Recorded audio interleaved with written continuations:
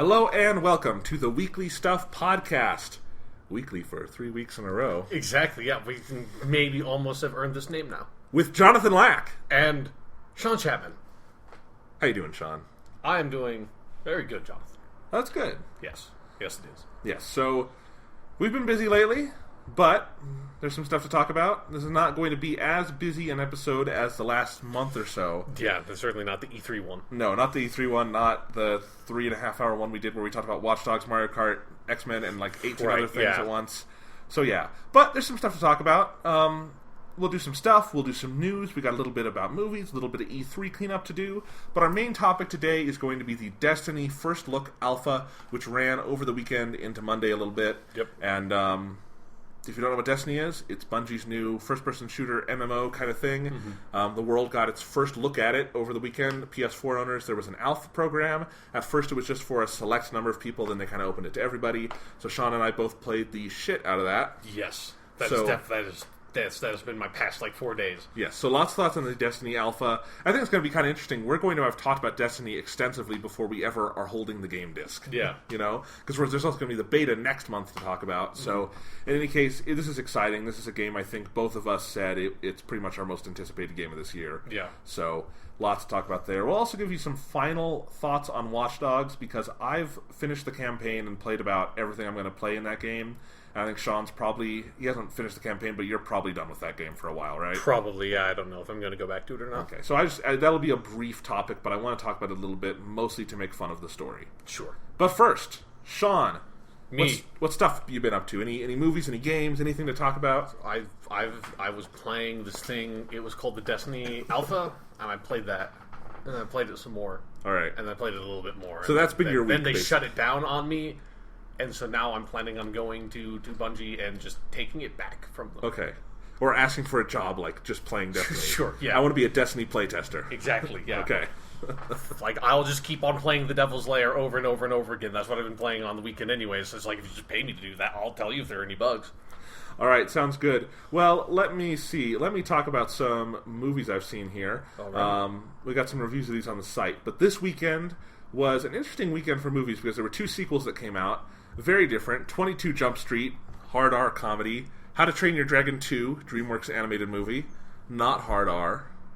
Probably, I assumed so. Yeah, I haven't seen either of them, but... Okay, good sequels. I mean, it's funny because I tweeted this before I saw either movie because I just thought it was funny. So many of these reviews were invoking the term, the rare sequel that is better than the original. And I'm like, this weekend, you fucking idiots, is proving that's not a rarity. That seems to actually be kind of... It's the third one is always the one that fucks up. I feel like it's kind of the general trajectory, you know?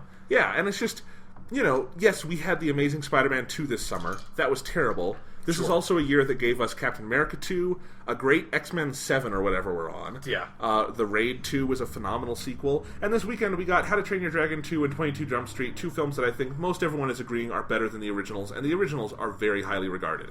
And, I've seen both of them. They're both fantastic. I don't know if I would say 22 Jump Street is better than the original, but it's absolutely at that same level for me. They're pretty much qualitatively interchangeable. And, that's just interesting to me because I feel like every time a good sequel comes out, people act like it's such a surprise. That's not a surprise. This isn't the 1980s when Home Alone 2 and Ghostbusters 2 were the standard for sequels, I feel like nowadays, especially for comic book movies, and neither of these are comic book movies, but especially for comic book movies, how often is the first film the best in the series? Almost never. I'm trying to think of I guess Iron Man is one. Although if you tie Avengers into all that, if you want to, then it gets weird. But sure, that's if it's just solo Iron Man movies, most people would probably be Superman. The first Superman is still the best Superman. Yes, definitely within the Christopher Reeve series. There's no question about that. Or within all the Superman movies, there's still no question. Okay, so it's we made our list of the top 10 comic book movies, and I think our top 5s were all sequels. Yeah. So it's just something weird, and I think How to Train Your Dragon 2. I saw that yesterday, and I was blown away. I was not a big fan of the first How to Train Your Dragon, and I was the only person on the fucking earth who thought that. Apparently, I didn't see it. You didn't see it, so I didn't see this one. I know basically nothing about it. My question to you is: did they not learn How to Train the Dragon in the first one, and do they seriously actually have to? Is this still a movie about training dragons, or do they just is everyone just awful at naming movies? And should I just kill myself? Because it's like, what is the point anymore if nobody can coming up with a good name for a movie? To be fair, the majority of the characters learn to train their dragons in the first film. But the second film is about a bad guy who he trains dragons, but in a horrible way that makes the world more violent and whatnot. So it should be called How Not to Train Your Dragon. Sure, that would be a better sequel to How to Train Your Dragon. Yeah. Which maybe that would go the other way around, but sure. Yeah. In any case, it's very good. Like I said, the first one didn't blow me away. I might have to go back and check it out again because the second one did. It's a very, very good sequel. In fact, I could see the argument for this being the best sequel we've gotten this year. I wouldn't necessarily say that myself, but it's really good. It's the best CGI animation I've ever seen in a movie by far, and it's because mostly they really do use physical photographic principles in it. It's Roger Deakins is the visual consultant on it, and I guess he worked very heavily on that. If you don't know who Roger Deakins is, he's the Coen brothers cinematographer and has worked with a lot of other people. He's one of the great living cinematographers, and you can feel his influence on this because it's the first CGI movie, honestly, I would say, where it looks like they took a camera into this world and shot it, and it has that artistic quality of framing and frame dimension and those kind of things. It's gorgeous. It's got great voice acting, really good storytelling, great movie. 22 Jump Street, 21 Jump Street was fucking great, hilarious, really, really good, unexpected surprise. 22 Jump Street, same kind of thing, which even more surprising because comedy sequels definitely don't work. Oh, yeah, no, that's like if there are two genres you don't want to make sequels to, it's comedy and horror. Yeah. Comedy sequels are just usually awful, and I think, the starting point for why 22 Jump Street works is that it is constantly making fun of the idea of sequels. That is the plot of the movie is... Nice. They start out, the two main characters try to do something different with their careers, and they fuck everything up, so their bosses say, look, we're giving you more money, but you have to do the same thing you did last time. And so it's very self-aware where they're doing the same plot as the first movie, but, very quickly, things start to subvert, and those subversions are what the movie's about. And I think it's also about some thematic ideas in the real world about how, people get in a rut of trying to do the same thing over and over, which is also how Hollywood tricks us with sequels, That's cool. That's a really cool idea. Yeah. And I have to watch these now. You might. I mean, you should. They're really, really good. Like I said, I think 22 Jump Street has a poorer supporting cast, and I think the third act is... I wish they had just gone a tad bit farther in terms of subversion and that kind of thing. But it's a funnier movie than the first one. That never happens with comedy sequels. But this movie was at least, one magnitude funnier to me. I laughed pretty much nonstop. There were parts where I couldn't breathe, tears in my eyes. It's just hilarious. They really know how to use their cast and everything. So that's good. Both of those, there are full reviews up on jonathanlack.com. Go ahead and read those. More detailed. Both spoiler-free, so that's good. So since you've now seen two movies that tell you how to train your dragon, do you feel fully equipped that if in real life you did somehow encounter some sort of dragon, that you could train it and tame it and then potentially ride it and, take over the world or something? No, like The Hitchhiker's Guide to the Galaxy, these movies do not really give you a guide to what they promise. But, I mean, well, to be fair, with Hitchhiker's Guide to the Galaxy, that's a reference to a thing that exists in the world of Hitchhiker's Guide to the Galaxy. So I think the title of the book doesn't necessarily mean... but there's no point in How to Train Your Dragon where it's like, oh, no, this title is actually a reference to this manual that exists in the world of How to Train Your Dragon that tells you how to train your dragon, called How to Train Your Dragon. And then there's a sequel to that book called How to Train Your Dragon 2 that's featured in the sequel, How to Train Your Dragon 2. I do not think those are good titles for movies. Yes. I mean, the first one's fine. But if you make a sequel, you can't call it How to Train Your Dragon 2. It's like you already have a great structure in the way that title is made up that it's like, play around with what the title says. Like, it can still clearly be another entry in the How to Train Your Dragon franchise, but it doesn't have to have a 2 at the end. Like, have it be something else that you're doing something else with your fucking dragon. How to fuck shit up with a goddamn dragon, motherfucker. The sequel to How to Train Your Dragon. And that could have been the title of this movie. Exactly. Yes. Or they could have gone How to Train Your Dragon, but with a 2 replacing the TO. If you're going to just make a shitty title, you might as well go full bore and make like a really shitty title. All right. Well, in any case, the only other movie I've seen recently is the Tom Cruise film Edge of Tomorrow. Well, it's a Doug Liman film. Tom Cruise is the star with Emily Blunt. And all movies that Tom Cruise are in are just Tom Cruise movies. Sure. I mean, here's the thing. I think Tom Cruise is in a really good moment of his career where just every year a Tom Cruise action movie comes out and it's very good, very solid. I have fun with it, and I can just reliably depend on every year I'm going to get a fun Tom Cruise movie. They're not going to be like amazing, groundbreaking stuff. But this is in that mode, like of, you know, the recent Mission Impossibles, Jack Reacher, Oblivion, now Edge of Tomorrow. It's just, you know, they're not the greatest movies that have ever been made, but like Edge of Tomorrow, it's very fun. It's got a great aesthetic. It's well directed. It's Tom Cruise and Emily Blunt are really good in it together. I think, you know, it's probably not my favorite of that recent Tom Cruise action subgenre. Sure. I liked Oblivion more. I thought that was actually a very good sci-fi movie. I thought that was a lot of fun. But yeah, I mean, this is good. I like Tom Cruise. He's one of my favorite, you know, movie stars out there. I just think he does good work, and he generally makes good movies. So it's good. It flopped. So go see it if you want to see it. It's too bad it flopped. Yeah. But that's what happens when you release against a young adult movie, which they did with The Fault in Our Stars, and that made like $1 million, like not $1 million, that would be nothing. They made like $60 million in a day or something. Yeah. So or that's what happens when you release a movie that I actually kind of wanted to see, but it was on a weekend that I was really fucking busy, so I didn't have a chance to see it. Sure. So it's fuck them. Yeah. All right. No, you should see it. It's a good movie. Yeah. It's like they should have known what my schedule was and planned accordingly. That's all I'm saying. Yes. Like, you should have, the day before the movie came out, they should have called you and been like, Sean, can you see this? Yeah, and I would have been like, no, man, I'm busy this weekend. Can you just move it back to next Friday? And then been like, yeah, sure, we can do that. That's fine. It's not like we have a massive marketing, you know, machine behind anything of this that we spent money on. We can just move it back for you. And I would have said, great, thanks, guys. All right, sounds good. Yeah. One other piece of site business stuff. Okay. All right? So this podcast, I think for the foreseeable future, will be coming out on Wednesdays. I think it's a good day.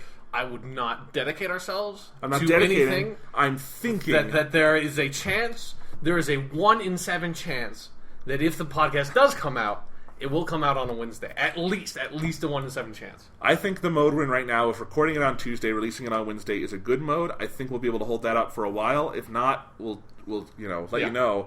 But because of that, my series Essay Day, which I've been working on, it comes out Wednesdays. There's been some good stuff lately that I know people have really enjoyed. There was a James Bond essay, the Borat essay, which has been on the site before, but I put that back up. That's a fun one. But in any case, those are coming out on Wednesdays. I think I might move that to Thursday or Friday to make room for the podcast, so we don't have too many things going out at once. But we'll see. Just if you read that column, it might be coming out later. All right. Sean, I think I just saw a mouse run across the floor of your apartment. Yeah, I know. He came in last night, and I need to figure out a way to get rid of him. Okay. Yeah. No, it's a problem I'm aware of. Yeah, okay. There's a Home Depot like a block from here. Yeah. Just, mouse trap. Yeah. Okay, sounds good. All right, well, in any case, I was giving that explanation, and I see a mouse run across. It's like, I'm not scared of mice or anything. It's just something you don't see all the time. All right, so let's see. Let's talk some news, Sean. Okay. Da-da-da-da-da-da-da-da-da. It's the news. All right. So, Sean. Yes, me. DC. Yes. They're making a movie called Batman v Superman: Dawn of Justice. Yeah, they are. Do you want to remind us at the stupidity of that really quick? It's bad. It's all bad. It's a bad title. It's a bad idea. Yeah. It's all bad. All right. Well, in any case, last week there was a report that came out from Nikki Fink, formerly of Deadline. She's kind of a terrible person, but she does get sources. And her sources are telling her that DC has a very, very ambitious release plan for the next couple of years. Starting with Batman v Superman, Dawn of Justice, May 2016. We know that's coming out. I will note that the article I am reading from here wrote Batman versus Superman because I guess the author, and I completely understand, could not keep with just writing the V period. Yeah, like I think I would struggle with that personally as well. I would too, yes, exactly. It's like if you had to write about Agents of S.H.I.E.L.D. every week, I would not do the S period. Oh, yeah, period. the acronym, yeah. Exactly. So in any case, this is their release schedule. I'll read it out, then we'll break it down. Okay, Sean? Okay. So, they're starting May 2016 with Batman v Superman: Dawn of Justice. Yes. All right. Then the plan, according to this rumor again, is that in July of 2016 will be their Shazam movie. Okay, yeah, because that's the kind of character that really gets asses in seats. Fucking Captain Marvel, a.k.a. they just very recently renamed him, a couple of years ago, they renamed him to Shazam. Captain Marvel? Captain Marvel. Like, for those who don't know, Captain Marvel is... Not a Marvel character. There is a Marvel character named Captain Marvel, but there are two Captain Marvels. One of them is owned by DC, although he was not originally created by DC. He was originally created by another publisher that went defunct in the Golden Age and then got bought by DC. And Captain Marvel also known as Shazam, he's a boy named Billy Batson who's like 10 years old or something, and basically gets this power where when he says Shazam, he gets struck by lightning, and he has like the wisdom of like Shazam is an acronym that's like the wisdom of Solomon and like bullshit, and so he's basically Superman, but he was a kid. All right, yeah. So we'll break these down when we get through them. Let's just read the titles first. Nobody knows who the fuck Shazam is, so I thought I needed to just say it. No worries. Christmas 2016 is when they've got their Sandman film planned. Now, obviously, that will not be going into the larger DC universe. We'll talk about this later, though. Justice League, May 2017. Then, July 2017, they want a Wonder Woman movie out. Standalone Wonder Woman movie. Then, Christmas 2017, an untitled Flash and Green Lantern team-up movie. Okay. Then, May 2018, Man of Steel 2. And that's what they got so far. So, Sean, let's break these down. Right, okay. Okay, so, this is just so weird. So, they're starting with Batman v... Okay, I want to say again, this is a rumor so far because nothing official has been announced, and I do not believe this. And I'll explain that as we go through. I do not believe this because I do not believe this is literally physically possible for them to make these movies. I effectively agree, unless they've come up with some, like, new, crazy, like, alternate dimensions where they can make these movies in, like, a different world and then just bring it over here or something. The only thing I do want to talk about this, though, is that, if I had to bet money, I would not bet on this. I don't believe it. However, I think it's worth talking about because this is not appreciably more desperate than anything else they've been doing. They did name a movie Batman v Superman: Dawn of Justice. Right. So you are right. Yeah. So it might be true, All right, but okay. So they're doing Batman v Superman: Dawn of Justice. That's when they're kicking off. They're introducing all the characters. We're even hearing now that Aquaman is going to be in it. Yeah, was some Game of Thrones dude or something? Yeah, it's Jason Momoa, is that his name? Jason Momoa. He played Khal Drogo on Game of Thrones. He's a really fun actor, but doesn't look at all like Aquaman, which is fine because who gives a fuck about Aquaman? He looks like Hercules or something, or Conan, who he played. I mean, if you're going with Aquaman type characters, he looks a lot more like Namor the Submariner from Marvel's universe. So, all right, well, let's just saying, Marvel could make that. Yeah, sure. Fucking, I would love the shit out of Namor the Submariner movie. That character is awesome. So. All right. Now, this Shazam movie, you talked about it a little bit. Yeah, Shazam. This would be Captain weird. Marvel. I'm just going to call him Captain Marvel. I can't call him Shazam. That was such a stupid fucking change. It just makes me think of the movie with the bit. It's that movie about the basketball star who becomes a genie? Oh, the Shaquille O'Neal. Yeah, Shaquille O'Neal. Is that called Shazam? That might. I think if the movie's not called Shazam, I think his character is called Shazam. Yeah. That might. So yeah, let's do some quick research on that. But yeah, Kazam is the Shaq movie. Okay, yeah, very similar. How many people know Kazam? Is it just people our age? Who vaguely remember seeing it off of a VHS tape when they were a kid. Yeah, right. Yeah, Shaq is cool. Kazam is not. Hopefully they get Shaquille O'Neal to play Captain Marvel, but hopefully no. Hopefully they get him to play Billy Batson, the 10-year-old boy, and then get someone else to actually play Captain Marvel because I want to see Shaquille O'Neal try to play a 10-year-old white kid. Okay. But this is weird. So we're gonna kick off the DC connected universe in May. Two of their biggest characters teaming up and then fighting Batman and Superman, and then every other character they have thrown in there at the same time. Exactly. And then they're going to do a standalone Shazam movie. Yeah, and then they just have the dregs of their library of just we stuffed everyone into this Batman v Superman movie, and we'll just shit out a little tiny Shazam movie. Sure. I mean, the thing is, it sounds like the rumor is that Dwayne Johnson might be up for this. Is some of the stuff I've heard, and he's a really good actor. He'd be right for that kind of part. He's a big dude. He could be a superhero. He's also very, very funny and charismatic and whatnot. That would go a long way towards making it interesting. But it's the kind of thing where if they get good people involved and it sounds like it's interesting on a creative level, maybe. But again, if they're it doesn't seem like Warner is all that concerned about the creative level of these movies right now. Yeah, it's don't get me wrong, I would love to see a Captain Marvel movie. I really like the Captain Marvel character, and I think he could make a very different kind of superhero movie, but I don't like the idea. I mean, they changed his name to Shazam. Shazam is his catchphrase. That's not his name. So, fuck that. Well, and to be fair, they are obviously not going to release a movie called Captain Marvel. Yeah, because sure, I guess that kind of makes sense, but... Yeah. But, if you could still call the movie Shazam and then have the character be named Captain Marvel, but they're not because they changed his name in the comic books to Shazam, so... All right. Anyway, also in 2016, they have their Sandman movie coming out, and this is a very different thing. This is Vertigo, it's not... Yeah. Unless, they make a colossal, massive error in judgment and somehow, try to put Morpheus the Sandman into... Justice League. Yeah, which, I mean, to be fair, in the original graphic novel, like the first volume, Sandman does cross over with the DC universe very slightly, but it's like, for the whole rest of the Sandman run, it's like, it's a totally separate thing, you know? Like, it's its own universe. Right. Well, and again, I don't think they're doing that. I don't think this has anything to do with their other DC plans. I mean, this is a movie they have given to Joseph Gordon-Levitt to star, produce, and direct in, and maybe even he's writing it. So, yeah. And if you've seen Joseph Gordon-Levitt's movie Dawn John, which he wrote and directed, I honestly think that was, on a writing level, one of the most structurally solid, thematically solid films of last year. And it's well directed, and he's great in it. So, and he's a really good actor. So that sounds like something where they're taking a slightly more auteurist approach to it, where that's being made because of creative concerns more than maybe commercial ones. Yeah. So that could still be good. I have no idea what direction they're taking it in or anything. Yeah, like, I don't have... Like, I love Sandman, but I don't have, like, any interest in seeing a Sandman movie. Like, I don't think there's any, like... I don't know. Like, I don't know how you'd make it. It's just, I don't know what story you would use or anything. But it could be good, but... Yeah. So we'll see. But yeah, that's that stuff. But again, the big stuff comes with Justice League. That's May 2017. And this is where it gets weird. Because they have Justice League in May 2017, and then they're doing 2 standalone movies with Wonder Woman and a crossover Flash Green Lantern movie later that summer and fall. Which, correct me if I'm wrong, we don't know...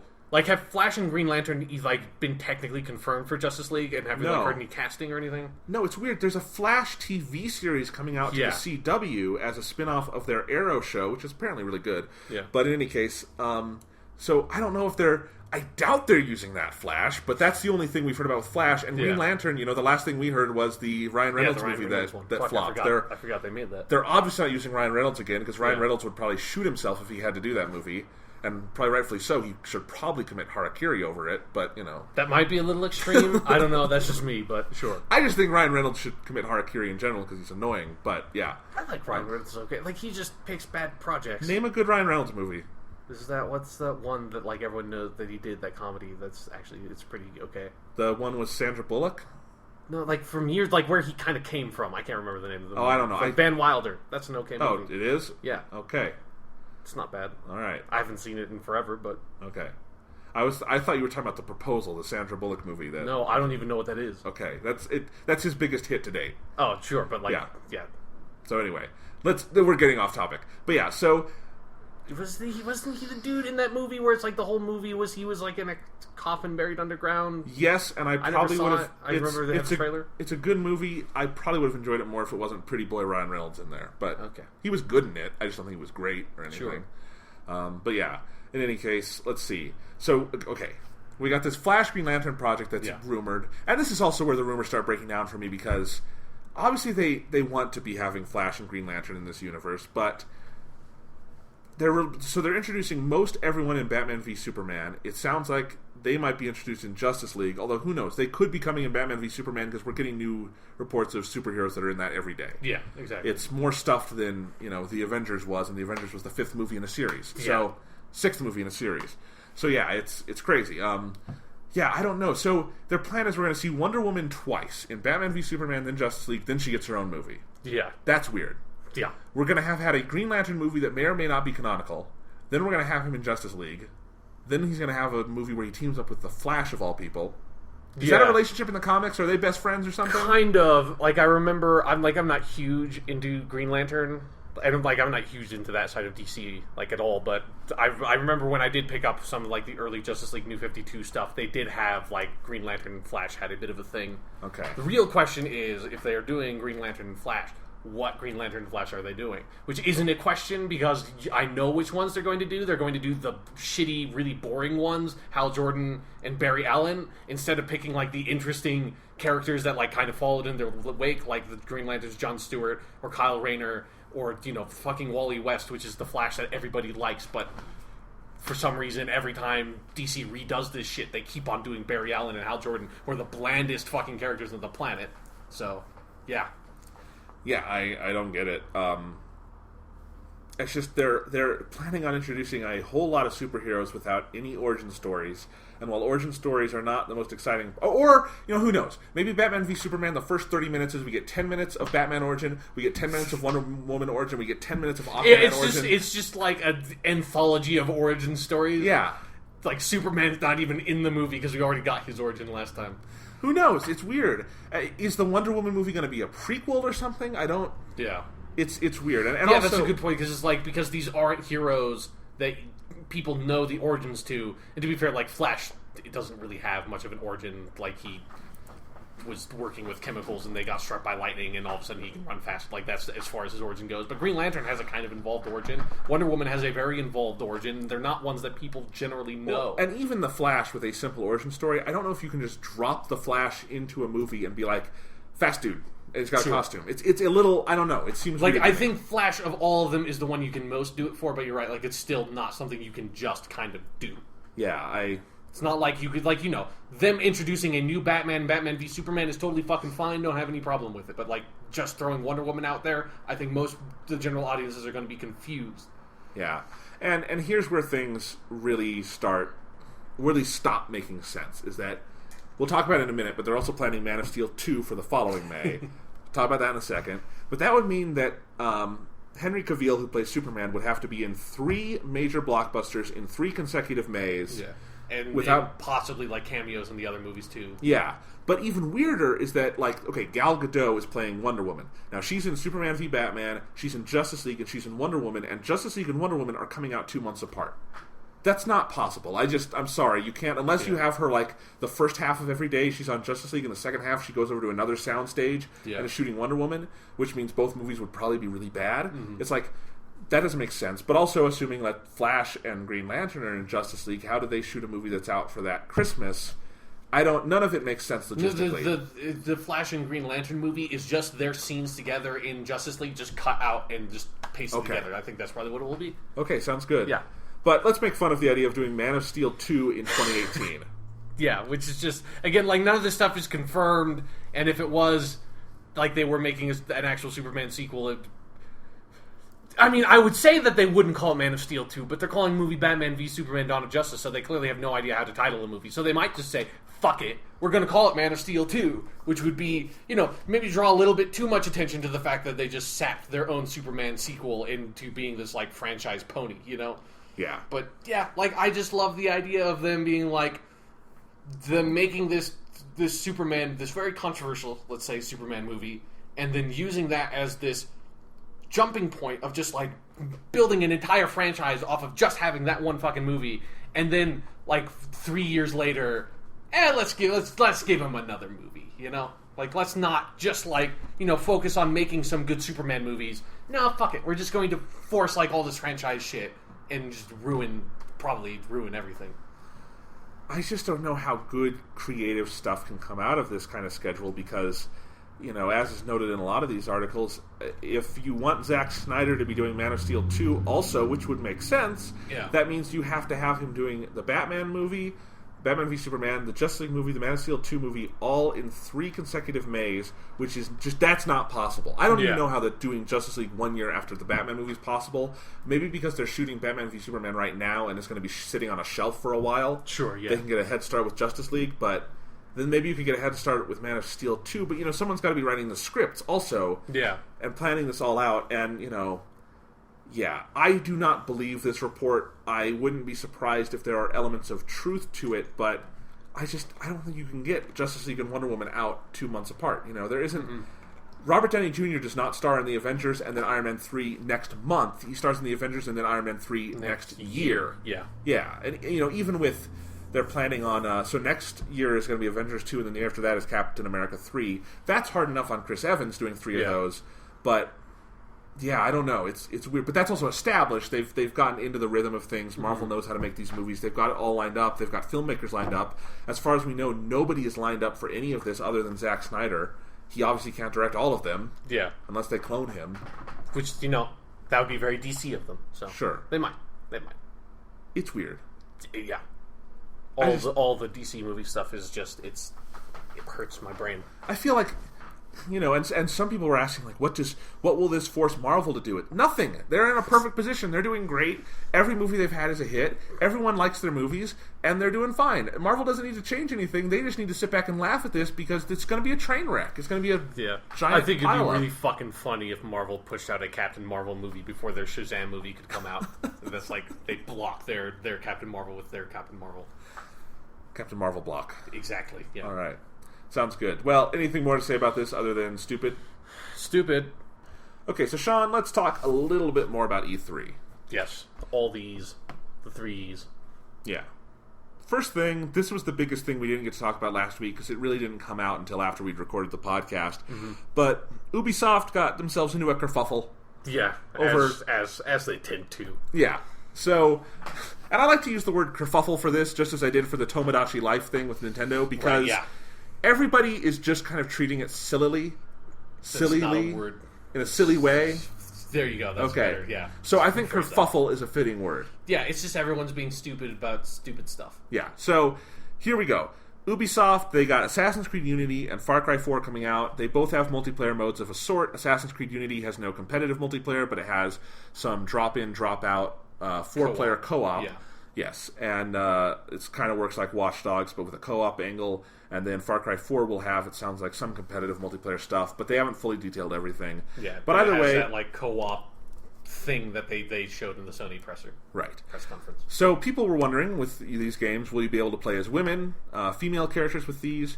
And why this kerfuffle started, just as it did with the Tomodachi Life thing, I think, really is Ubisoft gave a dumb answer to both of them. Just the dumbest fucking thing you could possibly say in response to this question, other than, we here at Ubisoft have a policy where we discriminate against women because we hate women. Like, that's the only thing they could have said that was worse. But say what they said. Basically what they said was that they really wanted to include women. They were this... They even said the thing where, like, we were this close. Yeah. We were an inch away. How close my fingers are? They're almost touching. That's how close we were. We were that close to including women in these games, but we realized at the last minute that we just didn't have the time, manpower, or money to, code female assets for these games, which is complete and utter bullshit for a couple of reasons. The number one being they are fucking Ubisoft. Whatever they want to put in these games, they can. They have that. They can make time because they have money. So that's part of it. Is that obviously is not true. And the biggest thing was that they said that for Assassin's Creed Unity. They then the next day clarified their stance on Unity, which made more sense. We'll talk about that in a second. Yeah. Then the next day they give the same excuse as the first one, but for Far Cry 4. Yeah. And it's like one hand doesn't know what the other hand is doing. Mm-hmm.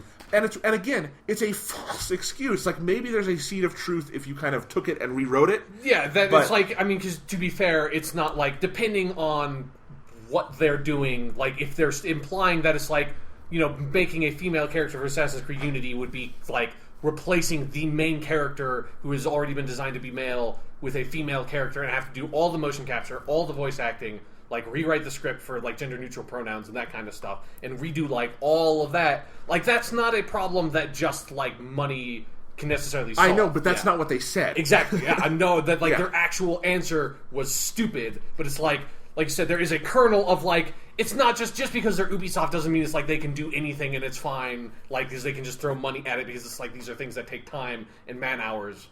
Like, it's not a money issue. But here's what it is. It's like with why I say, if what they said is not a time money issue, because it's like, for instance, Call of Duty Ghosts was the first Call of Duty game that allowed you to play as female soldiers in multiplayer, and their excuse for that was, well, we just didn't have the time or assets or manpower until now to put female characters in Call of Duty multiplayer. Bullshit. It was sexism that made you do that. Yeah, sexism, and I mean, it's not just sexism, but it's also like they made deliberate design choice to limit the degree of customization that you could give your playable avatars in multiplayer in Call of Duty, because all you could do was change their weapons and their loadouts and couldn't change their appearance at all. As soon as you allow like any degree of appearance changing, obviously it demands you to be able to select your character's gender. Sure. But it's like, it's just one of those things where it's if it's just that you have, customizable characters and you're, leaving out women for some reason, that's weird. But that's not what Assassin's Creed Unity is or was ever planned to be. Sure. It's not a competitive multiplayer game, and it's not a game where you choose how your character looks. You are the main character of the game, Arno, in all cases, even if you team up with other people to do co-op. It looks like you can customize Arno's appearance a little bit, but again, I think they've said that there's a higher degree of character customization in Assassin's Creed Unity that there has been in other games. Yeah. So you can do that kind of thing, but yeah, if he's a male character and the story was written around that, that's fine. We can talk about this later. The problem is more with the industry and the series as a whole, that there are no women playable characters, but we'll get into that later. So yes, they explained that poorly. The next day they explained it better, which is that what I just said. You're Arno. Arno's a male character, so we can't do that. That makes more sense. Yeah, and that, like, just to clarify, like, the way the co-op, and this is just what they've described. It's just like, because all of this is so fucking confusing because everybody's kind of giving different answers, so you have to sort of like try to parse out what's actually going on. And what seems to be the real reason why there aren't female playable characters is because at some point they decided that it's like, okay, the way the co-op is going to work, it sounds like they're basing it off of like the Watch Dogs engine, probably, is that it's the same thing that the Watch Dogs multiplayer does, that when you're engaging with co-op, you are always Arno in this case. You are always the main character, and everyone else appears to be different co-op characters, but for them, they see themselves as Arno. It's like there's this one, I think, American Army game where no matter what team you play on, you are always the American team, and the enemy team is always the terrorists. Or like in Hearthstone, every time you play Hearthstone, it's like the board is on your side, no matter what. Nobody is seeing the other side of the board, you know? It's that kind of thing. It's your perspective. So, obviously, if that's the case, you know, like, it doesn't matter if like the other co-op characters are female assassins because you never play as them. So like you'd never get to make the choice to be a female character, and so like the issue of like you wanting to be able to pick a female character for yourself is not one that, like, I mean, you can still raise that issue, but it's a totally different issue of like you just don't get to select who you are at all. You are the main character, which is the way all the Assassin's Creed games single player has worked. Yes. So just a weird response, and Far Cry 4 also, I don't really think they've clarified the Far Cry 4 stuff, in part because I don't think they're really ready to show off what the multiplayer is, in which case they probably should have just said no comment on that for now. Yeah. But that's just what they... But I mean, this ultimately got so contentious. I mean, there was a report on, I think I saw this on Kotaku, where the author was saying that he tried to ask the game's director of Unity about the controversy, and he said that he showed the question he asked, and it wasn't a contentious question. It was just basically, you know, a comment on this kind of thing. And the PR rep stopped him from giving an answer on that at all, and that's where Ubisoft people were at a certain point at E3, was they were not allowed to speak on this. So it got very contentious. Yeah. Thoughts? I know you have thoughts on this, Sean. So sure. Well, it's something that the gaming press. It's not. This is like. Okay, this is another issue that I have with it. Is that, like, I think we like people who are like sort of interested in the gaming industry and talk in the gaming industry and talk about the gaming industry need to kind of, in some instances, get our heads out of our asses and realize that this is not insular anymore. Gaming is not a small thing. It is not isolated in any way. It is reflective and a part of our larger culture and society. So it's like I think we have a tendency to sort of focus so much on ourselves that we lose perspective of, like, you know, this is not an issue with the video game industry. This is an issue with American culture and honestly an issue with humanity as a species throughout our entire history as a species, is how to deal with the differences between men and women and sort of like come to some sort of understanding in society that's like, there are differences biologically between men and women, but those differences are incredibly minor compared to the differences between individuals based on their personality and that kind of shit. So you shouldn't really treat people that particularly differently based on their gender, because it's usually not relevant in the slightest. It's an issue that we have always struggled with, but like the video game press is so insular and focused on, like, this is a video game problem. It's a problem with video games that there's not enough representation for women in video games, and not necessarily, you know, it's like there's not enough female main characters in, like, movies, like, at all. There's not enough women in, like, sort of high-level creative positions in almost, like, any creative industry at all that I can think of. Not in movies, not in video games, not in comic books. Not in TV shows. So it's like it's a cultural problem. More in TV these days. TV is probably having the best time of it right now. Yeah. But I mean, we're talking degrees at a certain point. It's like, you know, yeah. I mean, and you can think of some of the better female or shows with female main characters on TV. Like, you know, right now Fargo is on, and its protagonist is a woman, and she's a great character, and that's great. But completely male created show. Yeah. There are really very few female directors in TV. There's Michelle MacLaren, and she's probably the best director working in TV today. But she's kind of on her own right now. Yeah. So, and in movies, there are very few female directors. They never get blockbuster jobs. Yeah. And in games, it's the exact same kind of thing. You have, for every Amy Hennig, you have 500 male writers. Yeah, exactly. Yeah. So one of the things the gaming press does is that it's very insular, it's very opinionated, it's very extreme, and so you have these handful of really hot button American social issues, particularly like for video games, female representation, and then we saw with Tomodachi Life, like the gay marriage question, and that it's such a hot button issue that whenever it comes up, the gaming press goes extreme and over the top and loses, from my perspective, any sense of rationality and sort of insight into anything, and so it becomes oh, you can't play as women in this game, we're going to write 1,000 critical pieces about it without in any of those critical pieces talking about what the co-op is, in what way the co-op is implemented, in what way we think a female character could or should be implemented, and show us what is the game? What are you talking about? You can't just write 1,000 articles about Assassin's Creed Unity without talking about anything that is in Assassin's Creed Unity and only talking about what isn't in Assassin's Creed Unity. So it's if you don't understand the context of the game and what the game is doing, if you don't say, because it's most of these articles, because I read all this stuff, if you don't say, oh, the way the co-op works is that from your perspective you are always the main assassin dude, well, that's a huge fucking factor. That's how the co-op is structured. You can't just ignore that fact. It's in Tomodachi Life, that instance, everyone writing about the game were people who had not played the game, people who knew nothing about the game, and we're talking about it like it was a Sims game when you don't have direct control over the characters in Tomodachi Life at all. Which, again, is not an excuse for why there's no gay marriage in the game, but it gives you some context for why there isn't. It's not just, oh, it's not in there. It's that, the way this game is structured, it would be incredibly complex, and we are too far along to change that about the way the game is designed. The way the game is designed, you'd have to make a lot of concessions to implement this other thing. So, again, it's not always an excuse, but it's an important detail that is left out because you want it to be...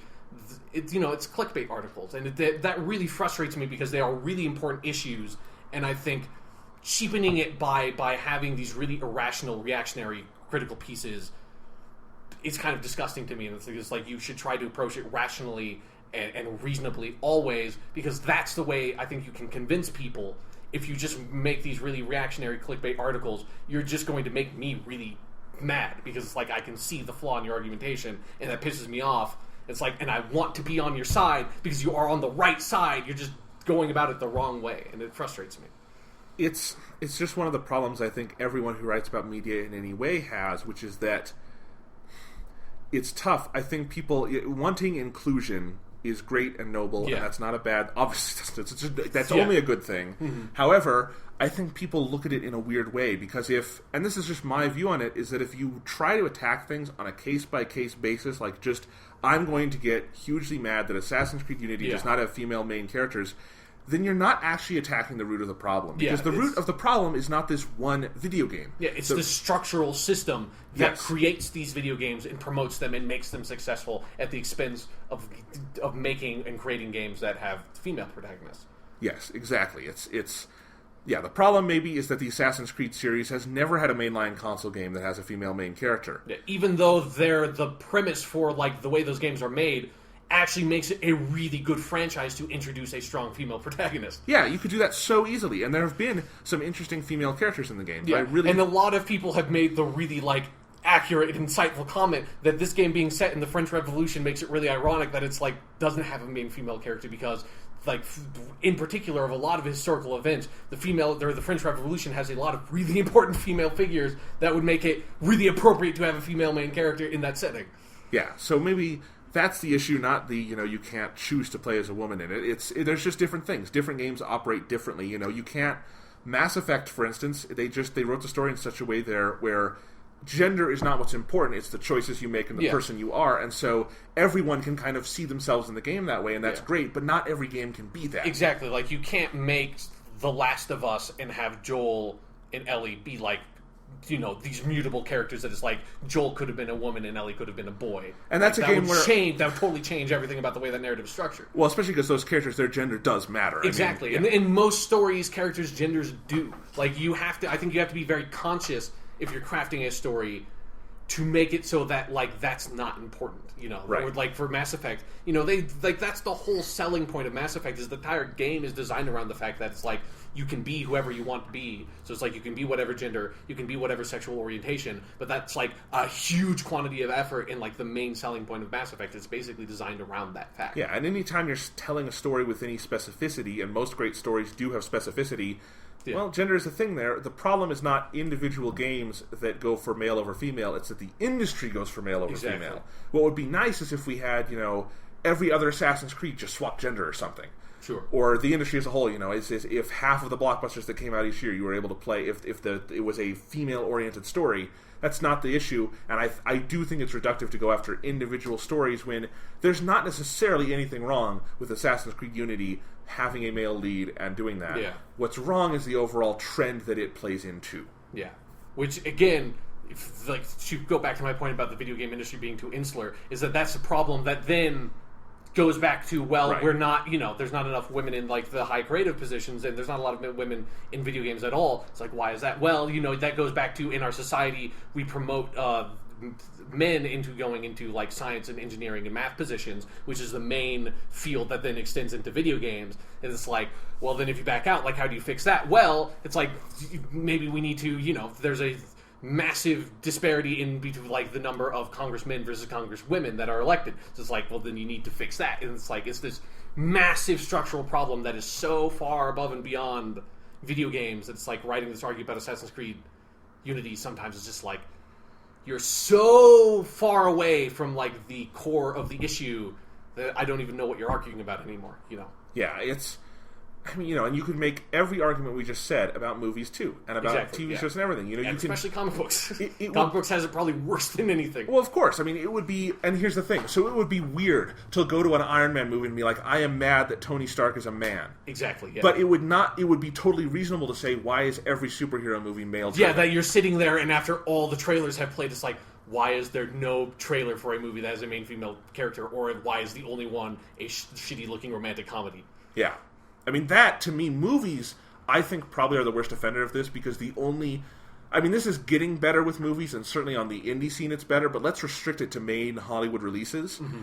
The only thing they give women to do is bad romantic comedies where women have to kind of look like idiots. Yeah. And it's terrible, because everyone in a romantic comedy looks like idiots, especially the lead.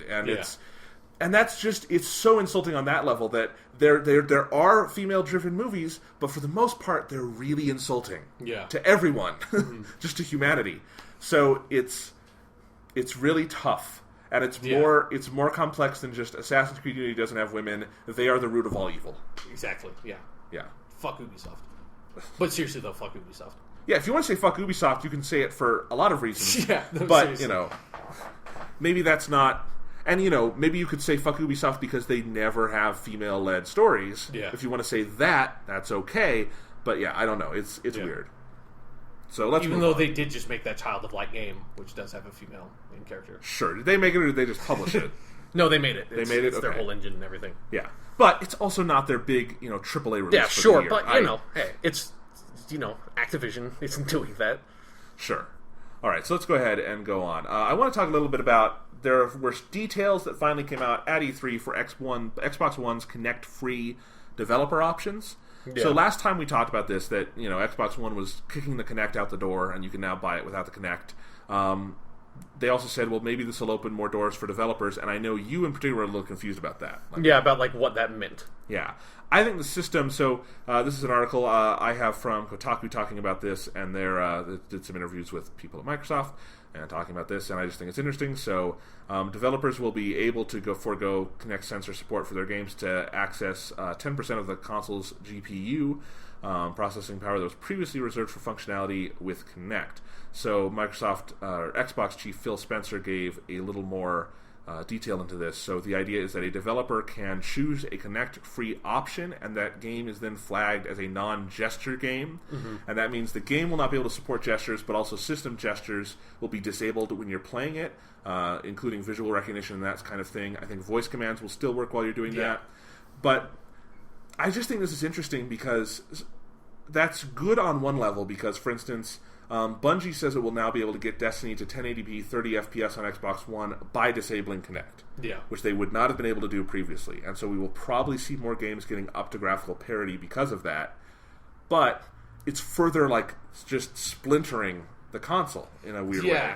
Although one of the big things I think is it's a huge boon for them is that all they're disabling is the gesture stuff, because that's the stuff that nobody fucking uses, because that's the stuff that always doesn't work. The voice commands sometimes don't work. Gesture controls, from what I understand, I've seen a lot of videos of people playing Kinect Sports Rivals. I've not seen a lot of videos of people play Kinect Sports Rivals well and have the controls seem very responsive. So exactly, so having the voice still be there and still work, that's great. That's really cool, because that's the thing that seems like the developers would actually use as a small, you can, instead of this being some command assigned to the D-pad, you can just say, follow me, and then your guys will follow you. I can see that and that being okay, but waving at the game while you're still playing a traditional video game seems like something that no developer would probably want to really implement. So you kind of get to have your GPU power and eat it too, is what I'm saying. You do, and I think it's interesting. It's just, it further cements that the Kinect for Xbox One was only ever about voice commands. That's all it does. Which makes you question why the fuck they had the gesture thing in there at all. Because at some point, the only thing you ever hear people talk about using their Kinect is they use the voice to control the main OS. And why do you need this giant external camera unit for fucking voice commands? Yeah. It's baffling. You could have put that in the console, you could put it in the controller, you could put it in a headset. I mean, there's so many things you could do. Use your fucking phone if you want to. Sure.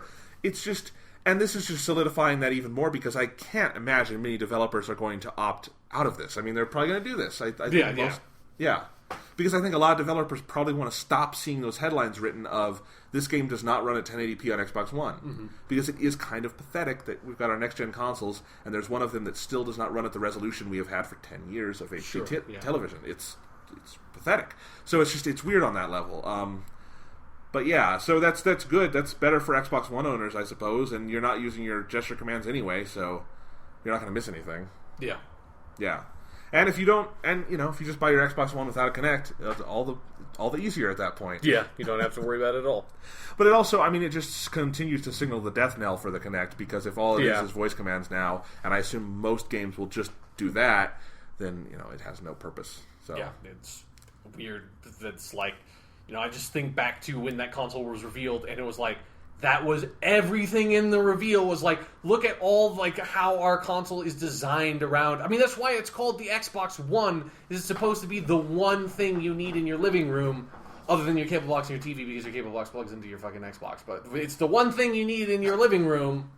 It's the Xbox One. That's why they gave it that shitty fucking name, like How to Train Your Dragon 2.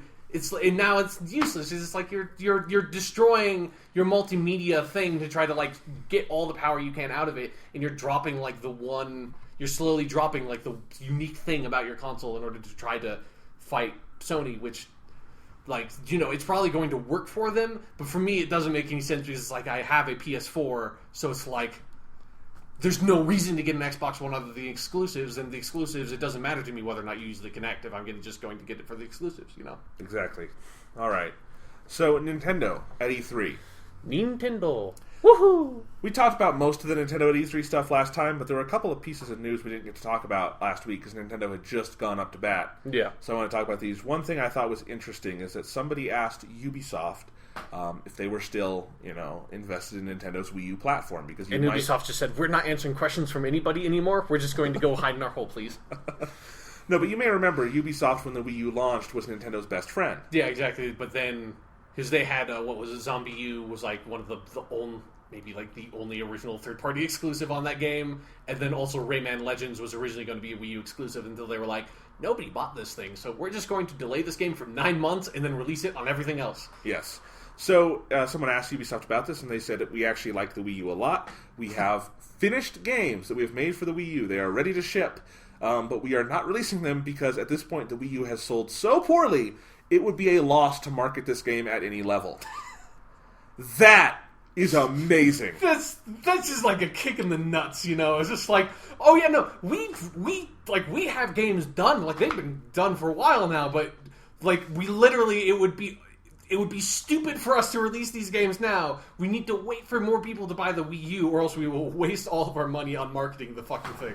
Right. Like, that's just extraordinary. I've never heard anyone say that before. And yet, it's a perfectly reasonable argument. Yeah, it makes sense to me from a business perspective. It's like, yeah, like because when you release the game, obviously is when you sell most of your copies. So you probably do want to wait for either more people to buy the Wii U's, or maybe just scrap the fucking games because you spend more money on marketing than you would on selling the things. Yeah, I mean, if your cap is, if every Wii U owner bought your game, and that would give you 2.5 million sales, that would be good, but, it's not going to... Yeah, but depending on the budget of the game, that could be disastrous. Tomb Raider barely squeaked through profitability by selling, I think, fucking 6 million copies or something. Like, it did really well, right? But, barely met Square Enix's, expectations for the game. Yeah. So, I think that's funny. Even weirder on some level to me is that Nintendo was asked about Twitch streaming integration, because that's a big deal on PS4 and Xbox One now. Mm-hmm. And basically Nintendo's response, I think they asked Reggie, I might be wrong on that. Yeah. I think this was Reggie, though. He said that they will not, and that Nintendo will never put Twitch streaming on the Wii U, not because of any technical reason, but because they don't think it's fun. And they're not going to put things out that don't seem fun, and they just don't think streaming games is fun. Yeah, sure, they said that from 1982, but... Sure. It's weird. I mean, neither you nor I enjoy just watching raw game streams. Yeah, not really. It's not my thing, but... But it's a lot of people's thing. Yeah, it's huge. Esports is this huge growing thing with stuff like Dota 2 and League of Legends, and so I think it was... or it's just cool shit like Twitch plays Pokemon. That's a big growing market in the video game community, and it seems really sort of backwards to me that you just be like, nah, it's a fad. It's kind of like what it sounds like they're saying. Almost kind of it feels like how Nintendo's attitude towards multiplayer, online multiplayer, and online marketplaces have always been is yeah, who cares? That stuff's shit anyways. We're not going to get involved with it. Meanwhile, Microsoft and Sony are raking in millions with DLC and these great online multiplayer suites and stuff. And Nintendo's sitting there and it's we've got friend codes. We've devised the most inconvenient system to use the internet possible. Yes, and jump through our hoops, please. It's not just that Twitch streaming and stuff is big now, but that Microsoft and Sony are both committed to making it bigger in the future. So, for instance, one of the big things Sony showed off at E3, and I've talked about this before, but they'll be implementing it soon, is the idea that you can watch a friend stream and then take over for them and play it. Yeah, that's the kind of thing that I think. Or that if a lot of people are watching your stream, that there can be something designed in the game that you can the people watching the stream can vote on stuff that could be what weapon should spawn at the next safe house, hypothetically, like Left 4 Dead or something, hypothetically, or how many, what special effect do you think should spawn here, cool little stuff that's community features. That might be something if they implemented that and a community grew around people video game personalities. That might be something I would engage with and watch those streams if you could contribute in some way. Sure, I think that would be fun, and I think no matter what, it would get a lot more people who were previously interested in at least trying it. Yeah. So there's ways to make it interesting and whatnot. Nintendo isn't even going to try. The real answer probably is that the Wii U is not powerful enough to do this. Yeah. That would probably take more RAM than they have, that kind of thing. And their internet infrastructure is still shit. Yeah. I know a lot of people were praising Mario Kart 8 multiplayer. I should note, I have gotten that to work once. I've been able to get into a multiplayer lobby in Mario Kart 8 exactly one time, and it worked well. But if you can't get into it, it doesn't fucking matter. And that was and you specify that it's you don't have that problem with normal multiplayer games, right? No, of course not. I have good internet. My Wii U is the only console that is not plugged in via Ethernet because it does not have an Ethernet port. It's on Wi-Fi, that shouldn't be that problem. No, cause that problem. It would just increase the latency a little bit. No, and it's just, and I mean, this is on launch day. I was not surprised at that. But 3 weeks into Mario Kart 8's lifespan, I should be able to get into a goddamn multiplayer lobby. If you guys can't... I mean, I was never, in the entire lifespan of Super Smash Bros. Brawl, able to get into a multiplayer lobby. It never worked. I think I did it once, and then I was like, why am I playing Super Smash Bros. Online? This is like the saddest thing I've ever done in my life. Of course. I mean, yeah. Ignoring that, it should work, though, you know. Yeah. Like, if you're going to fucking put a multiplayer mode in... Yeah, if you're going to put anything into your game, it probably should work. And here's the most ironic thing is I think Nintendo has it definitely has more first-party titles than anyone else that I think people would enjoy watching streams of. Yeah, like they did a huge thing where it's like they had a whole like Smash Brothers tournament at E3 that people seemed like really into and shit. It's like, Smash Brothers is a great game to show off like on a Twitch stream, you know, because it's a really engageable, it's a really engageable, interesting, visually interesting and compelling fighting game that anyone can sort of like watch and get, whereas most fighting games, you know, there's all this like complexity that you can't understand unless you're really into the game. I think it would be fun to get 4 friends together, play some Smash Bros, and just stream it while you're playing. Sure. For other people to watch. I think people would do that. And Mario Kart 8, there's that. Show the world how fucking cheap your fucking friends are. At Smash Brothers, like one motherfucker's just sitting in the corner, hiding, the Solid Snake just shooting rockets the whole time, or you're on that map where there are the clouds, and some motherfucker's playing Kirby, and he's like on the farthest cloud, and he keeps on jumping so the cloud doesn't disappear, and you're playing like Ganondorf, so it's really hard to get over there because your jump sucks. Fuck those people. Show the world how awful and just terrible people your fucking friends are. That's right. And I think Twitch would be a key weapon in their arsenal to get the Wii U up in sales because... You know, they're going to have... Smash Bros. Is their big game this year. Yeah. I think it could be bigger if, when it comes out, you could watch someone play it online and then be like, you know what? I want to buy a Wii U for this. Yeah. That's how that works. Exactly. That's why Sony and Microsoft do it. It is not altruism. Mm-hmm. They don't do it because they think everyone's going to love this. They do it because they think this could sell us more stuff. You know? That's how the world works, Nintendo. Whatever. Yeah, it's a weird... Here's a weird thing. Okay. I am seeing a bunch of think pieces explaining how Nintendo won E3 this year. Yeah, they showed a lot of... I said this last time. They showed a lot of games I think look fun and creative and interesting. They did not show games that are going to sell the Wii U. Yeah. I'm sorry. Splatoon is not going to be their infamous second son. Yeah. To be fair, at least of all the stuff I saw because I have since seen the Nintendo digital event, because it was not called the Nintendo Direct. But I watched that. Splatoon was, to me, the most interesting thing they showed. It was like, hey, this is something different. Like, I actually watched it, and it's like they spent time explaining the mechanics, and I was like, I'm not sure if, like, you know, the online stuff aspect of the game would make me kind of nervous, because I've never had an experience where online has ever worked on any Nintendo thing ever, but it's like, it's a different kind of game. It's I've never seen a third-person shooter done like that. It's got a really interesting, unique concept. It's a different, you know, like this not, you know, Mario Splatoon. It's all different characters and different character designs in a different universe, a different setting. It's like, it's something new that Nintendo is making. It's just like, it's a small thing, but it's better to me than like seeing the 5th fucking Kirby or Yoshi game that's coming out. I agree, but here's my question. Yeah. Do you have that opinion because of lowered expectations about Nintendo or because of that game on its own? A little bit of both. Like, I think legitimately what they showed, like if you watch the Nintendo Digital event, like it was a good showing for that game. But yes, a lot of it is like me expecting so little from Nintendo at this point in terms of like, you know, they could show anything new and I would be like, well, hey, it's not another XYZ franchise, you know, that you just keep on churning out over and over and over again. They're at the point where it's like they have like multiple franchises of like the same franchises now, where it's like they did the Kirby Epic Yarn game and now they're doing the Yoshi version of it. So it's like they're doing another Yoshi's Island game, but they're also doing another Yarn game at the same time. Like, how are you stacking your own franchises on top of each other? It's crazy. It's crazy. It's just...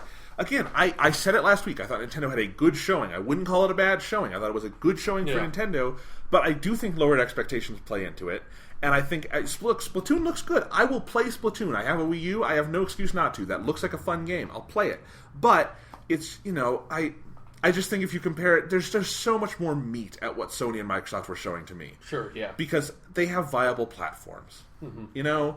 At the end of the day, that's what it is. And I also think, you know, Splatoon we got a fucking gameplay demo of, but their big moment was like Zelda and stuff like that, and that was nothing. There's nothing. You can't make any opinion based on that Zelda video. Yeah. or really a lot of what they showed. So, as I said last time, my conclusion from the Nintendo show was it was a good show for people who already own a Wii U, but I really don't think there was anything there that's going to make people rush out and buy Wii U's. Whereas I think either Microsoft or Sony, you look at those, I think they showed enough stuff that convinced you that this would be a console worth owning for the content that will be on it. Sure. Yeah. But I don't know. I don't know how people judge how people win E3. Is it just that the person who didn't do as shitty as they did last time the most? It's like, it's a weird thing. I don't know. Yeah. Let's move on. Okay. Any other final E3 thoughts? Let's bury this for the rest of the year. Not really. Like I said, I tend to watch the Nintendo thing. It's I thought that was fine. I do like the format that Nintendo had for it. I still like the press conferences more because I think the press conference has this sort of concrete physical presence to it that I appreciate. That it's not something you ever get anywhere in video games. It's I don't want everything to be digital video stuff constantly. I think they had these. Did you actually sit down and watch the whole thing? No. Oh, because they had these weird robot chicken, actually robot chicken, clearly made because it was Seth Green's voice. These inserts in between announcements that were, to me, and I'm someone who likes robot chicken most of the time. I think they usually can be pretty funny, really awkward and out of place, weird. Just why? Really, you're saying robot chicken is out of place at Nintendo? Yeah, I know. That seems like a weird... Yeah, the thing that's most of their skits are based around horribly awful, violent things happening and a lot of cursing. Yeah, it was weird that it's this really tame robot chicken at Nintendo's thing. It was just really weird. It was a weird... But it was kind of cool because it was weird, but it was a weird thing, that Nintendo Digital event, so... It was more interesting than any of their Nintendo Directs have ever been, so there's that. Okay. So, yeah, I think I've said everything I have to say on E3. It was fine. Yeah, it was fine. That is a very good way to describe this E3. It was fine. It was not overly annoying. It was not the most incredible E3 there's ever been. We laughed. We cried when we saw that Valiant Hearts dog thing. That was really sad. And then, yeah. I'm looking forward to a lot of games. We slept when Brian Michael Bendis was talking about powers for 5 hours. Sure. All right, so let's move on, Sean. All right. Two topics, one small, one large. I want to talk a little bit about Watch Dogs.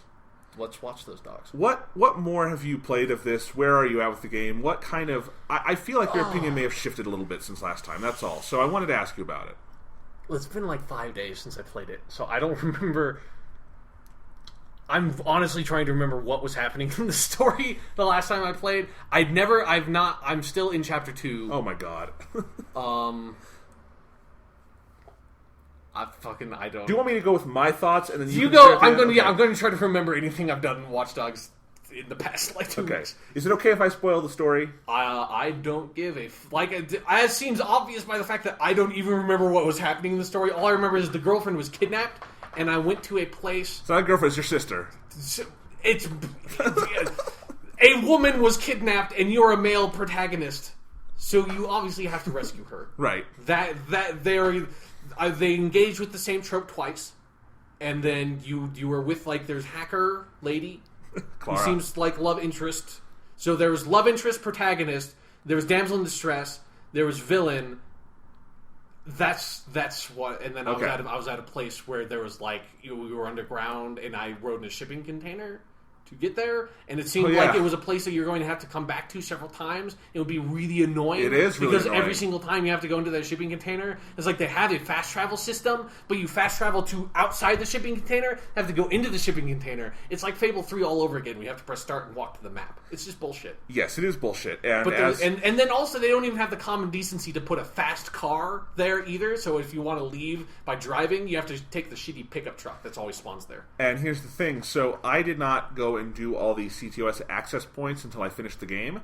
So every time I loaded into that, I was on that island, and they just give you that truck. Fucking goddamn it. Oh, that would be awful. Yeah, I did those whenever I patched them, so I have quite a few fast travel points. I have them all now, but it's I don't need them anymore. So it's weird. I want to talk about this because all right, where I left it, I was in Act 4 out of 5 of Watch Dogs, and my basic opinion was, look, the story, it's not necessarily bad, because a bad story is something like The Amazing Spider-Man 2. Yeah, it's just It's nothing. Horrifically constructed and Yeah. just meaningless. Right. Yeah. Watch Dogs is just, it's nothing. There's nothing interesting, there's nothing compelling. It's a blank as a story. That doesn't necessarily mean bad, but it's a fucking long shot from good. Yeah. Now, having finished it, Watch Dogs is a bad story. Okay. Watch Dogs is a bad campaign, it is a bad story. I don't know if that makes it a bad game, because I've played a lot of it, and I've kept playing it pretty steadily since I finished it. It is a bad story. Part of it, I think, I hinted at this last time. I'm going to spoil everything, so here we go. But it doesn't matter. It doesn't matter. It does not matter. Nothing. It'd be like trying to spoil an Assassin's Creed game. Yeah. Who gives a fuck? No one gives a fuck.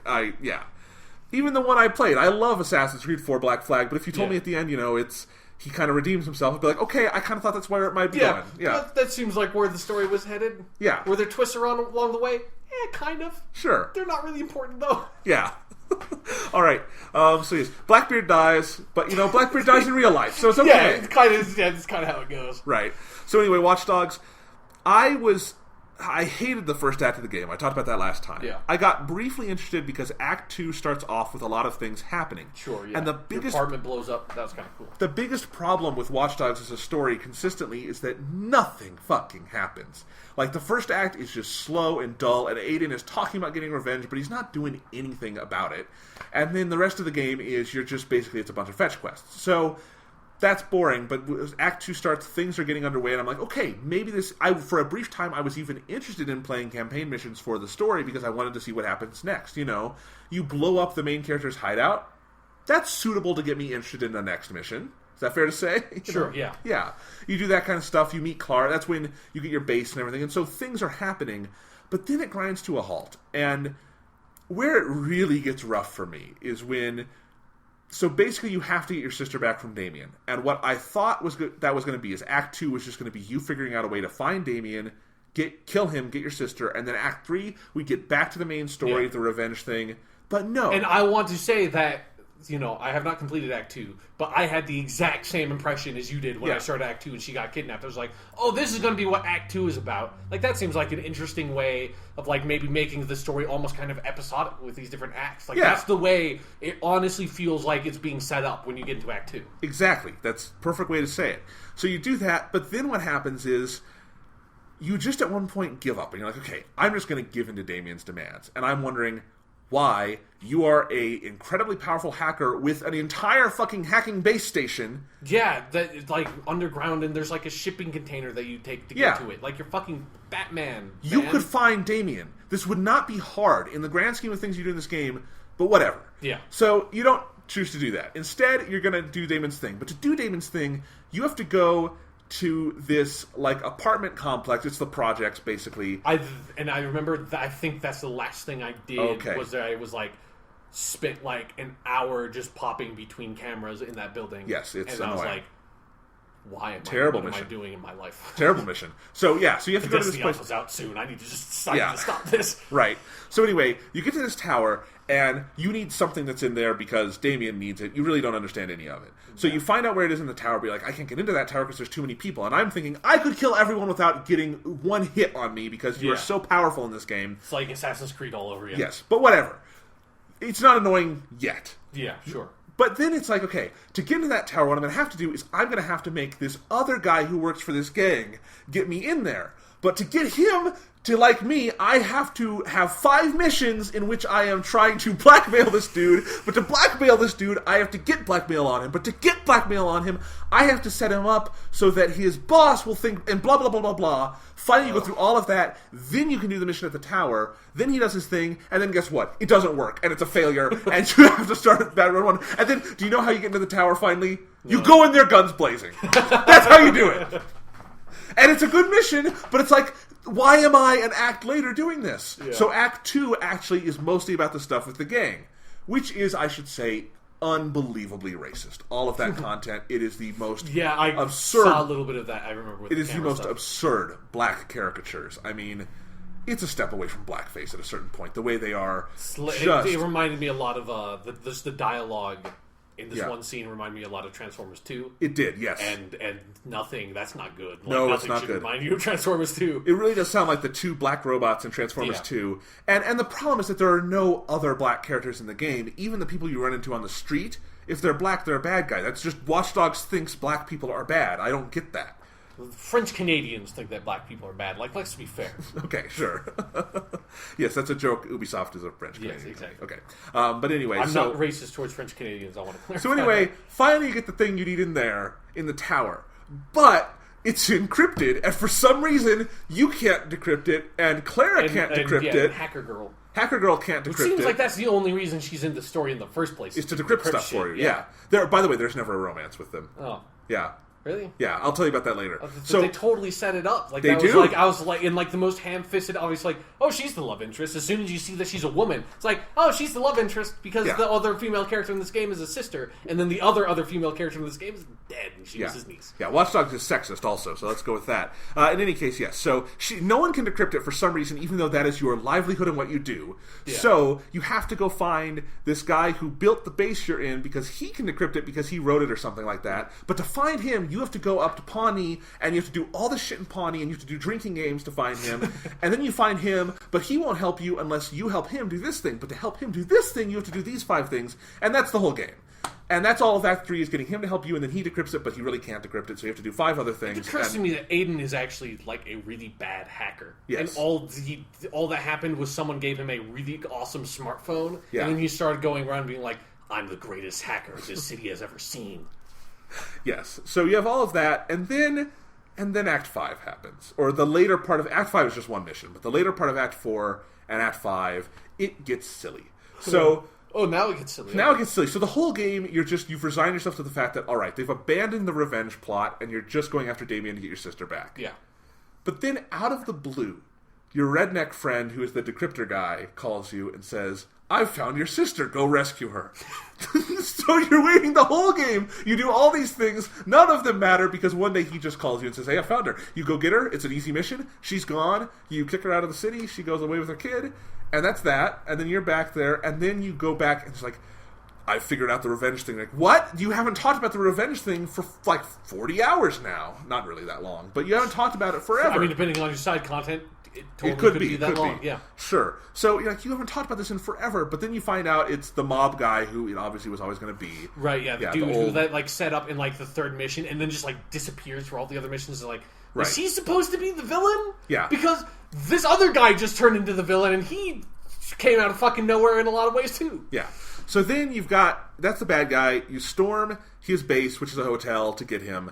And the one cool moment from the last, half of the game is that he's behind like a bulletproof wall, and what you do is you hack his pacemaker and give him a heart attack. Nice. That's kind of cool. Sure, yeah. But then the game gets stupid again. So what happens next is that Damien... Oh, I should say, within all this, you found out in a random... Again, this was a random scene. You found out Clara sold your family to Damien or something at one point.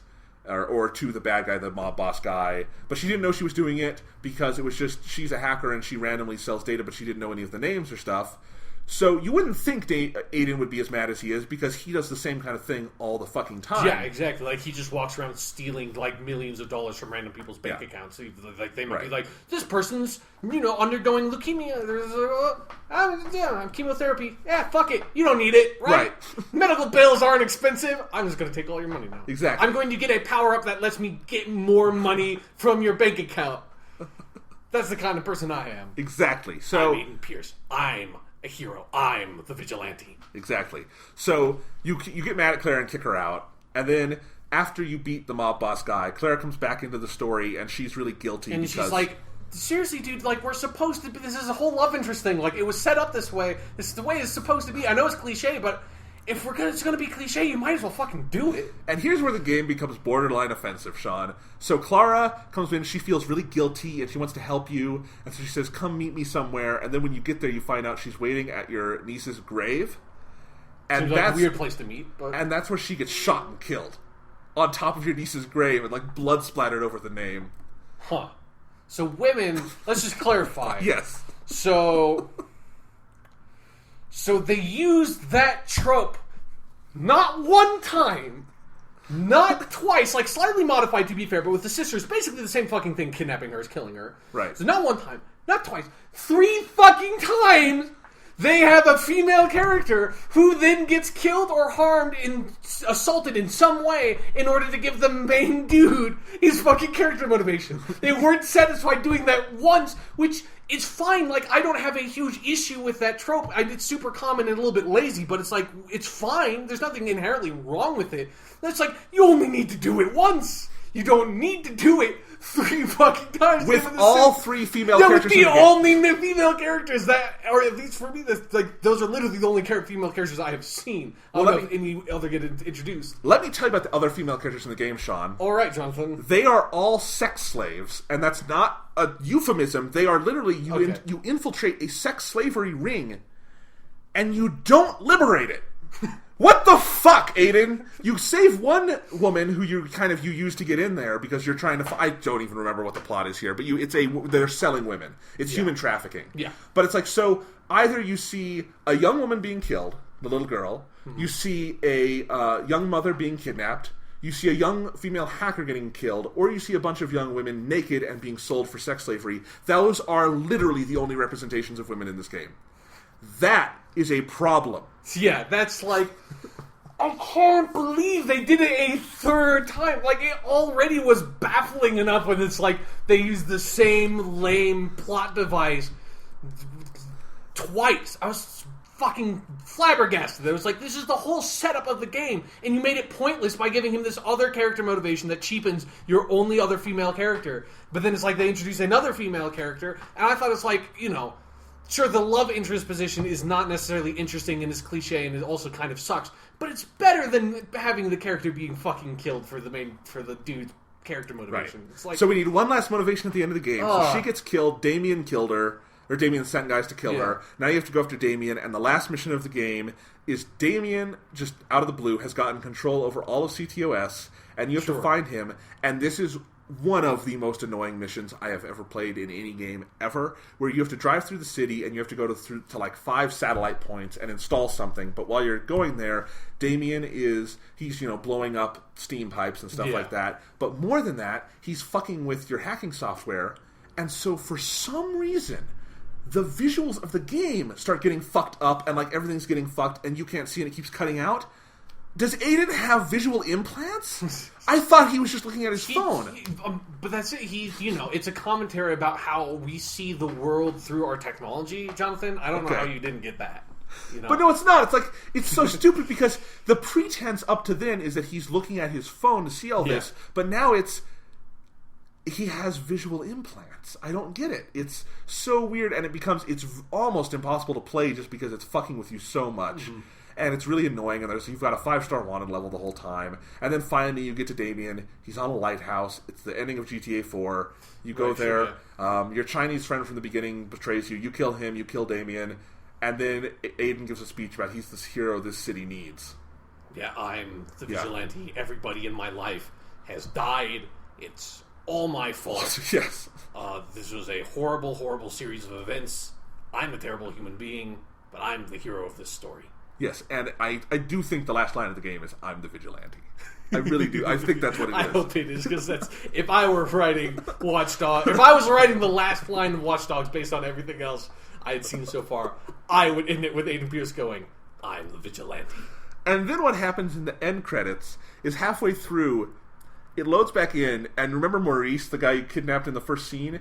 And your Chinese friend has just been keeping in a bunker the entire time? Yeah, the character that it's like every once in a while, Jordy calls you and is like, Maurice is... And I'm like, okay... Like, it's just like to remind you that dude exists, and it's like, I didn't even really remember who he was or what he was doing. He's introduced in the first mission that you've got Maurice because he can give you information, but the entire time you're just keeping him locked in a cell somewhere. Yeah, you never see him. No. Like, you never, it's like, there's no mission about him. Where I was, it was just like, literally, it felt like at the end of every single mission, you would get a call from Jordy, and Jordy would be like, hey, remember your pal Maurice? Yeah. He's still not doing anything. It's like, right. And I don't remember my pal Maurice anymore. And here's the kicker, Sean. Maurice never does anything. He never gives you any information that helps you find the bad guys. Ever. But the mid-credits scene, they bring Maurice back in. You walk in, and you have a choice to either shoot him or leave him there, in which case he will also die because he's been there alone for days in a garage, tied to a chair. Wait, so they took the shitty thing they did with Far Cry 3's ending, which was out of nowhere giving you this weird multiple ending where it's like this is not a multiple ending. It's if you shoot him, the game just cuts to black. If you walk out, the game just cuts to black. That's all. Yeah, but it's like, but still, like this choice, like gives you this choice out of nowhere, where nowhere else in the game did it ever give you a choice. And all of a sudden, at the very end, they give you this stupid fucking choice. It's like pull right trigger for this, pull left trigger for that. It's like comes out of nowhere and is awful. It's like they took that shitty idea, and not only was it like that bad, they then put it in as the post like credits thing. Yeah, that's awful. And it's the most like sickening thing in the game because you realize for fucking months I've been keeping this poor dude just locked in a basement somewhere. It's like, I don't even remember what Maurice looks like. Yeah, I barely remember anything about him. So I don't even remember why he knows anything in the first place. You've kidnapped and tortured this man, and your choices are either murder him or leave him there to starve to death in his own filth and excrement. I think the shooting is the better moral option at that point.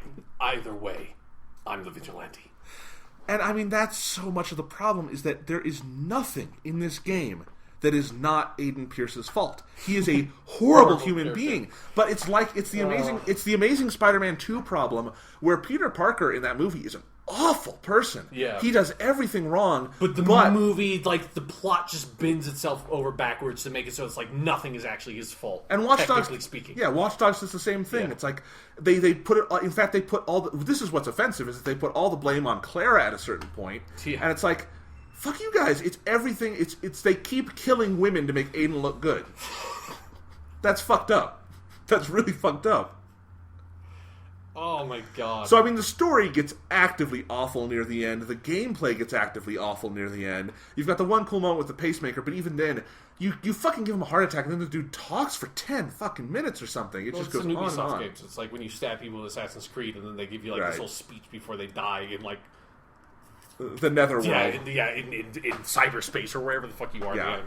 So it's not good. It sapped a lot of my enthusiasm. I've kept playing it probably because I get home at the end of the day and I'm tired, and Watch Dogs takes literally no brain power to play. I get you. But I don't think it's healthy for me. Like, I should play something that challenges me a little bit more. Yeah. Mentally. Wow. So, I really don't know what to say about Watch Dogs, because I don't think it's a bad game because I have fun playing it. But then again, story matters. I think it does. I mean, that's like half the fucking game, or is the campaign. Yeah. It's just, and I don't know. It's something that made me think, though. If Grand Theft Auto 5 had better gameplay, if I'd enjoyed the shooting, if the driving had been a little tighter for me, would I have had any problems with Grand Theft Auto 5? I really do wonder it, because at a certain point, Watch Dogs has its story can't touch the absolute worst stuff in GTA 5. Yeah. It's terrible. The GTA 5 story gets, I think, really underwhelming at a certain point, but it's never bad. Yeah. And I think it's got interesting, vivid characters at a minimum, but I got bored with that game in part because I didn't have a lot of fun playing it. And with Watch Dogs, at least, even when the story was awful, I think the shooting is so good, and I think a lot of the other gameplay systems are fun enough that it kept me going with it. So I'm interested. I will say, when GTA 5 comes out on PS4, if they revamp the shooting, I will buy that for a full $60. That's just something I feel like in that game was so subpar and out of date that it kind of marred that experience for me. But well, you did play it on a DualShock 3, didn't you? So that's just like... That didn't matter. That wasn't it. I don't know if it would matter to me. Okay. Well, anyway, let's go ahead and move on. Yeah. Watch Dogs... I don't know. I'm really happy you told me, because again, like I'm not necessarily just going to stop playing Watch Dogs, because it's like I do have fun playing it. I think the game is fun to play. This is like that part of it's fun, but I'm really happy that even if I do stop playing it, I know just how bad it gets. That's really satisfying. It really is. Act 2 is both the height and lowest point of the game, because you get that titillation of there might be something interesting, and then it's 30 missions of having to go through this tower with cameras and getting the black people to like you and then killing them all. I mean, it's And then it just, you feel creepy playing it because it is so racist and sexist.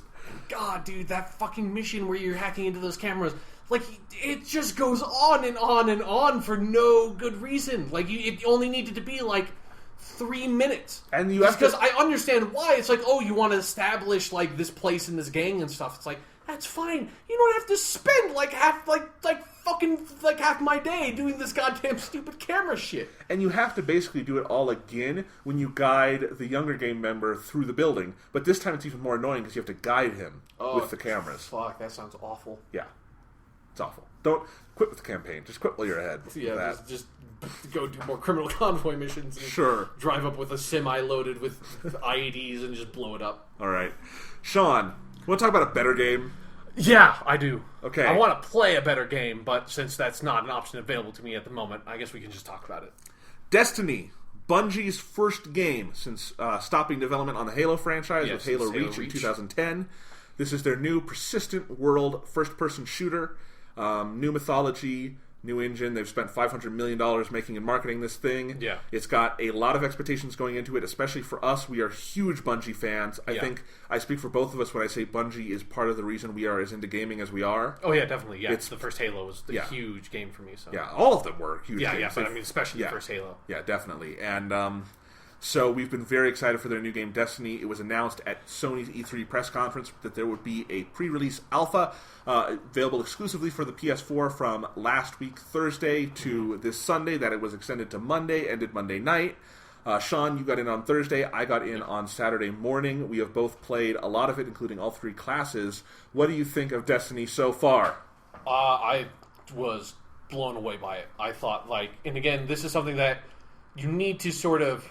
Because I've played, at this point, I've played actually quite a few, pre-release games and stuff, and betas, and early access shit on Steam and stuff. And so it's I feel like I've managed to get a pretty good mindset when you're approaching pre-released content, which, okay, we should just address this right away. It being called an alpha... It's ridiculous. ...is not, if you know anything about, what an alpha is for a video game, this is not an alpha. It is much more a beta. It is clearly there as a network test primarily, and probably somewhat as a balance test as well, but it's not an alpha. It's just not. So it's so polished. Yeah, it's a very polished piece of content, this slice of the game.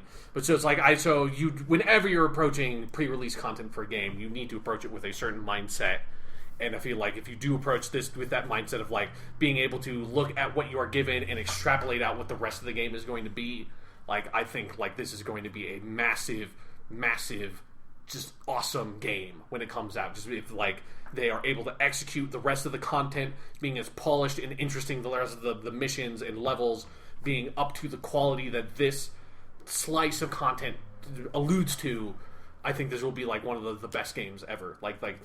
Bar none, I think is going to be a really sort of innovative title with the way, we'll talk about that more later, but with the way it combines MMO gameplay design and a traditional Bungie first-person shooter gameplay design and marries them together into something very new. It's sort of, to me, one of the most exciting exciting game things I've played since Call of Duty 4, and Call of Duty 4's multiplayer in particular. That was a huge moment of them taking multiplayer first-person shooter design and RPG progression mechanics and combining them together into a very addictive, persistent new kind of multiplayer. It feels like that to me. And even more than all of that, they gave you a small amount of content for obviously what the rest of Destiny was going to be, just to iterate. You were started with a level 3 character. There were 3 classes with a pre-assigned subclass, so there will be different subclasses in the actual game, and you could play from level 3 to level 8. There was one story mission. It's set in one area, Old Russia, which you've seen in some of the marketing and stuff. So there one story mission, you could explore around the Old Russia map, which was extensive, but one of presumably several maps, single player maps that are going to be in the full game. There was one strike co-op mission, and then one multiplayer type with 2 maps on it. So it is a wide variety of content. It feels like they gave you one thing from all the stuff you could do in Destiny, but it's this horizontal slice of content that they provide you, so you get the breadth of the game, but not the whole depth and scope of it, So even with that some slight offering that they give you, I played it so much. I absolutely loved that alpha, and I played everything you could. I leveled up all 3 classes to level 8. I played that like Devil Strike mission over and over and over again. I played the multiplayer quite a lot as well. So I played everything you could out of this alpha, and I absolutely loved it. Yeah, and here's one of my questions. Okay. Were you expecting, even as excited as you were for Destiny, to go into this pre-release alpha, beta, whatever you want to call it, and enjoy it this much, this immediately, with this small amount of content? No, because like for me, I think for me the thing, it was really surprising to me because I don't think Bungie has been, or Activision with the marketing, have been especially clear on exactly what Destiny was. Like there was this, you had some idea of like, it's got a full single player component to it, but it's, you have kind of, there's some like element of like the journey multiplayer. There's, these public events that they've shown. That there's going to be some kind of competitive multiplayer. There's going to be like co-op missions. It's like they've kind of, and that it's going to have like sort of kind of like Borderlands, like first person shooter with gear and loot. So it's like they've kind of said that stuff and shown some of it, but it's something that's like you don't understand what the game is until you play it. And for me, because I've had extensive experience with MMO RPGs, specifically World of Warcraft, which I played quite a bit several years ago, and obviously I have a huge amount of experience with Bungie first-person shooters, and it's like, I had no idea that it was an MMO. Like, it is an MMO. It's different from MMOs. Like, it doesn't have, like, the same kind of persistent world. It doesn't have the server structure of, like, you pick a server that has, like, 2,000 some whatever players on it, and all those players exist on the same server at the same time, in the world at the same time. Obviously it doesn't have MMO combat. It has a lot of differences from MMOs, but it does take the core of an MMO and the social aspect of it that I really enjoy. And, like, that is the backbone to me of what Destiny is, and I had no idea. I had absolutely no fucking clue that that's what it was. So that was really exciting and sort of and eye-opening to me of, like, that's what this game is. And I had no idea that that's what I wanted it to be, but that's exactly what I wanted it to be. Like, that's exactly what I want from a game. That's an experience that, to me, it feels familiar, but very new and exciting and different at the same time. Absolutely. I mean, I agree with everything you've said so far, and I think, for me, the big surprise was being dropped into this and immediately getting it. Mm-hmm. And I haven't played MMOs. That's just not a genre I've explored before, but I just felt I got what Destiny was at a game. The pitch it was making to me right away, it worked for me. So you get dropped in, and first they show you that, very characteristic Bungie message of thanks and support. Yeah, and you get that and the music, and immediately I'm like, oh, I'm excited for this. Mm-hmm. And then you get dropped in the world, and Peter Dinklage is talking to you, and you've got this big open map to go through, and you've got these really cool weapons, but you've also got this fucking glider thing, this speeder bike, which is amazing to use. Yeah. And you start doing combat, and you're like, this is like Halo, but it isn't like Halo. Yeah. And, you start moving around, and you're like, looks a little like a Halo map, except it's so much bigger, and there's more directions to go in, and you play that first mission, and you're like, I get it right away why this game is special, and then it opens up, and you really start to see the more MMO-ish aspects of it, you have the main tower you return to, mm-hmm. and the way they do item management and upgrades and that kind of thing, and how you customize your character and your class, and how the strike mission works, and how the co-op works, and it's just all of it. That entire alpha is mostly filled. I don't like the competitive multiplayer so far, but we'll talk about that later. Mm. But other than that, and it's such a small slice you can't even make a judgment on it yet. But with everything else in the game, it's just so confident and so assured in what it is, and what it is so good and so immediately fun and so immediately just involving. I got into the world, and I just wanted to explore and look at the graphics and hear the music and see what it looked like and how it played and felt. And, I was so much more in awe of and having fun with and invested in the small amount of content we had in this alpha than I was for the entire game Watch Dogs, which I paid $60 for. Yeah, I feel that way. It's an alpha. I mean, it's not literally an alpha, but it's this pre-release beta kind of thing. Yeah, this tiny slice of content. How could this have been that immersive? Because you and I know, sunk a lot of our weekends into this. Oh, yeah, definitely. And I wish I could go home tonight and play more of it. It's so phenomenal. It's a really effective marketing thing, which that's part of what like betas are these days. Is for big games, they're marketing tools. Yeah. And it's like, holy fucking shit, dude! I want to play this game. Although I'm also kind of sad because obviously this is going to be the case, and it has to be this way. And it's probably better that it's this way. But all the characters got wiped, and it's like, I'm gonna miss my hunter. Like I spent a lot of time with that dude. That I made that hunter guy. He was as powerful, I think, as you could get a character to be in that fucking alpha. Yeah. But, I mean, yeah, you really do forge an emotional connection to it right away. And I still don't know anything about the story. Like, I very intentionally kept myself... I have not watched any of the Destiny videos or stuff. I want to experience it when I'm playing it. So really in the alpha, you're just kind of getting hints of the story mythology, and yet it's one of... This is what I always say about sci-fi universes, is that a good sci-fi universe, I think you can get just as much out of it by looking at something in that universe than by hearing exposition. Sure, and that's something about Destiny. I mean, like production design and art design and those kinds of things. If it's a fully realized sci-fi universe, those are all equally important. And I think Destiny really has that. From what is the design of your character? How do they look? How is it? What do the weapons look and feel and sound like? What does the environment look and feel and sound like? Yeah. Why is Peter Dinklage there talking to you and that kind of thing? And what does the bike sound like and those sorts of things? You get so much flavor. It feels like such a distinct universe. It feels like a Bungie game, very, very much like a Bungie game, very characteristic of them. But it's not Halo. It's something I haven't seen before. It's new, and it's exciting on that level and on a lot of other levels too. Yeah, yeah. I mean, just in terms of gameplay, this is as polished as any major release I've ever played. And it's more polished than some major releases, Absolutely. I mean, it's just the basic combat stuff is so much fun. And it isn't Halo. It's got Halo in its DNA, obviously. Yeah, obviously, yeah. But I feel like it's bigger than that. Like, I think in some ways they've kind of taken what the core of Halo was and kind of exploded it outwards. So the big, I think one of the big genius innovations of Halo, and something Bungie did well in all of their Halo games, is the idea of these open combat scenarios. Yeah. Where the enemies are not in a hallway that you have to go down and take cover behind boxes and shit. They are the world just exists, and they're in it, and you're in it, and you can kind of approach any combat encounter however you want, and they're not all equally valid ways of doing it. Yeah. But they're all ways you can do it. You're not cut off from certain things. Yeah. And I think Destiny just takes that and makes it the philosophy of the entire game. So that first mission, you can kind of go about it however you want, however long it takes you, however short amount of time it takes you. And then, when you actually get into fights with enemies, that entire map is your battlefield. Yeah. And you can really use it. And you see that, just the act of taking cover. It's an identical cover system to Halo. You just crouch, but you do it in a very different way because you're not...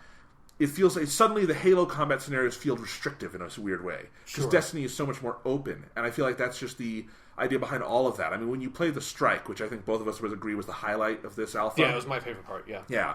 Just having that with the persistent, online co-op, and then the way it's laid out and stuff, it's like this, it's this ordered and directed mission, because you have to get to the end and do this thing and kill this enemy.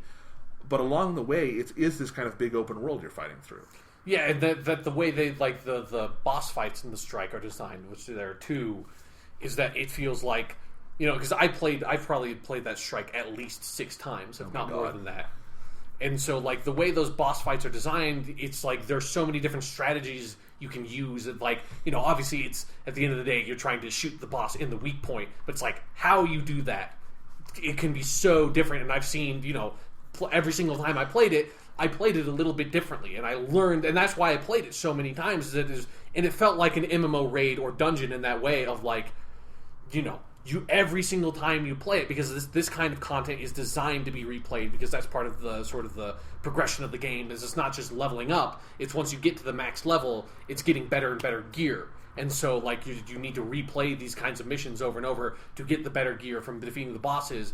And the fact that you can learn so much and apply different strategies every single time you play it makes it highly replayable and highly rewarding, not just in that obviously the carrot on the stick is getting better gear and you really want to get the better gear, but it's also fun to play because it's every time you go in you have different gear, which enables different strategies, and you've learned something from the last time you've played it, and you've gotten better at the game. You can use that to fight these really, really challenging encounters, which they are very challenging. Yeah, the hardest part of that Strike, to me at least, was the big tank you fight outside the big door. Yeah, the Devil Walker. Yeah, the Devil Walker. And I played the Strike twice, and it was interesting to me, the first time playing it and the second time playing it, I fought the Devil Walker very differently, but even throughout the encounter, I would play it differently. So, my second time, which was our successful run against the Devil Walker, it would be that was probably a half hour of gameplay was getting past that guy. Sure, yeah. Some of those Strike runs take a long time, yeah.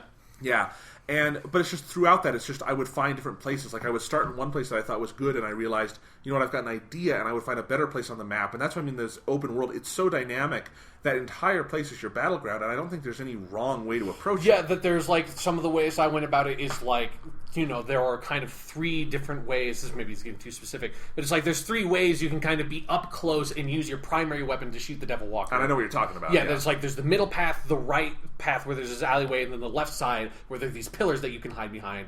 And that's kind of like the obvious way to go about it. But then also like way farther back, there's this big building that you can stand on that building and have a full view of everything that is there. So if you have a sniper rifle or a scout rifle, you can stand from that building and pick off, I'm going to call these ads, which are, in MMO terminology, they are enemies that get added to the, like add-ons, they are added to the encounter as the encounter's going on. So as you're fighting the Devil Walker, different enemies spawn in. So one thing I did one time was I stood up there because I had recently acquired a really good sniper rifle with my hunter, and I spent almost the entire encounter standing up on that building, dodging the Devil Walker when it would turn its attention on me, and then using my sniper to kill all the ads in the encounter so that the other 2 guys could just focus on the Devil Walker. And then another time when I got a really good shotgun, I had this crazy idea of like, you know, I'm a hunter. One of the main, like the stat angle for the hunter is that he's really fast. He has a faster move speed, he has a higher jump, a faster jump, and a double jump that's really quick. So it's like, and I've got this fucking awesome shotgun, so I'm just going to get right up in there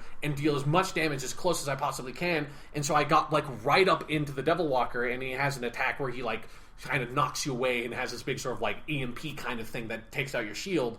But I've like gotten to a rhythm of where I could, you know, just do damage to him with a couple of shots from the shotgun and then quickly dart out of the encounter, reload, like dodge his attack, and then go back in. And it's like, that's, you know, that's like 5 different strategies there that is like I used and figured out playing that strike. And there's got to be a bunch of other ones that I didn't even see. Yeah, what I finally what worked for us on my run that was successful on that was that there's that right path you talk about with that alleyway, but there's also a snowbank kind of to the left, and if you go down there, you can just kind of dart out, and you're at the perfect position to get the legs, but also if he fires, you can just duck down, and you'll kind of slide down, and it's a really cool moment because the map will be like shaking while you're doing that, and it's like you're diving into cover, but it's actually a really effective place because even ads and stuff, they really can't get to you there. You would know if they're coming up on you. So, but it's just little things like that. Those moments of discovery are so much of what makes it fun. Yeah. And I do think just the shooting is so satisfying. Yeah, it definitely... Just like...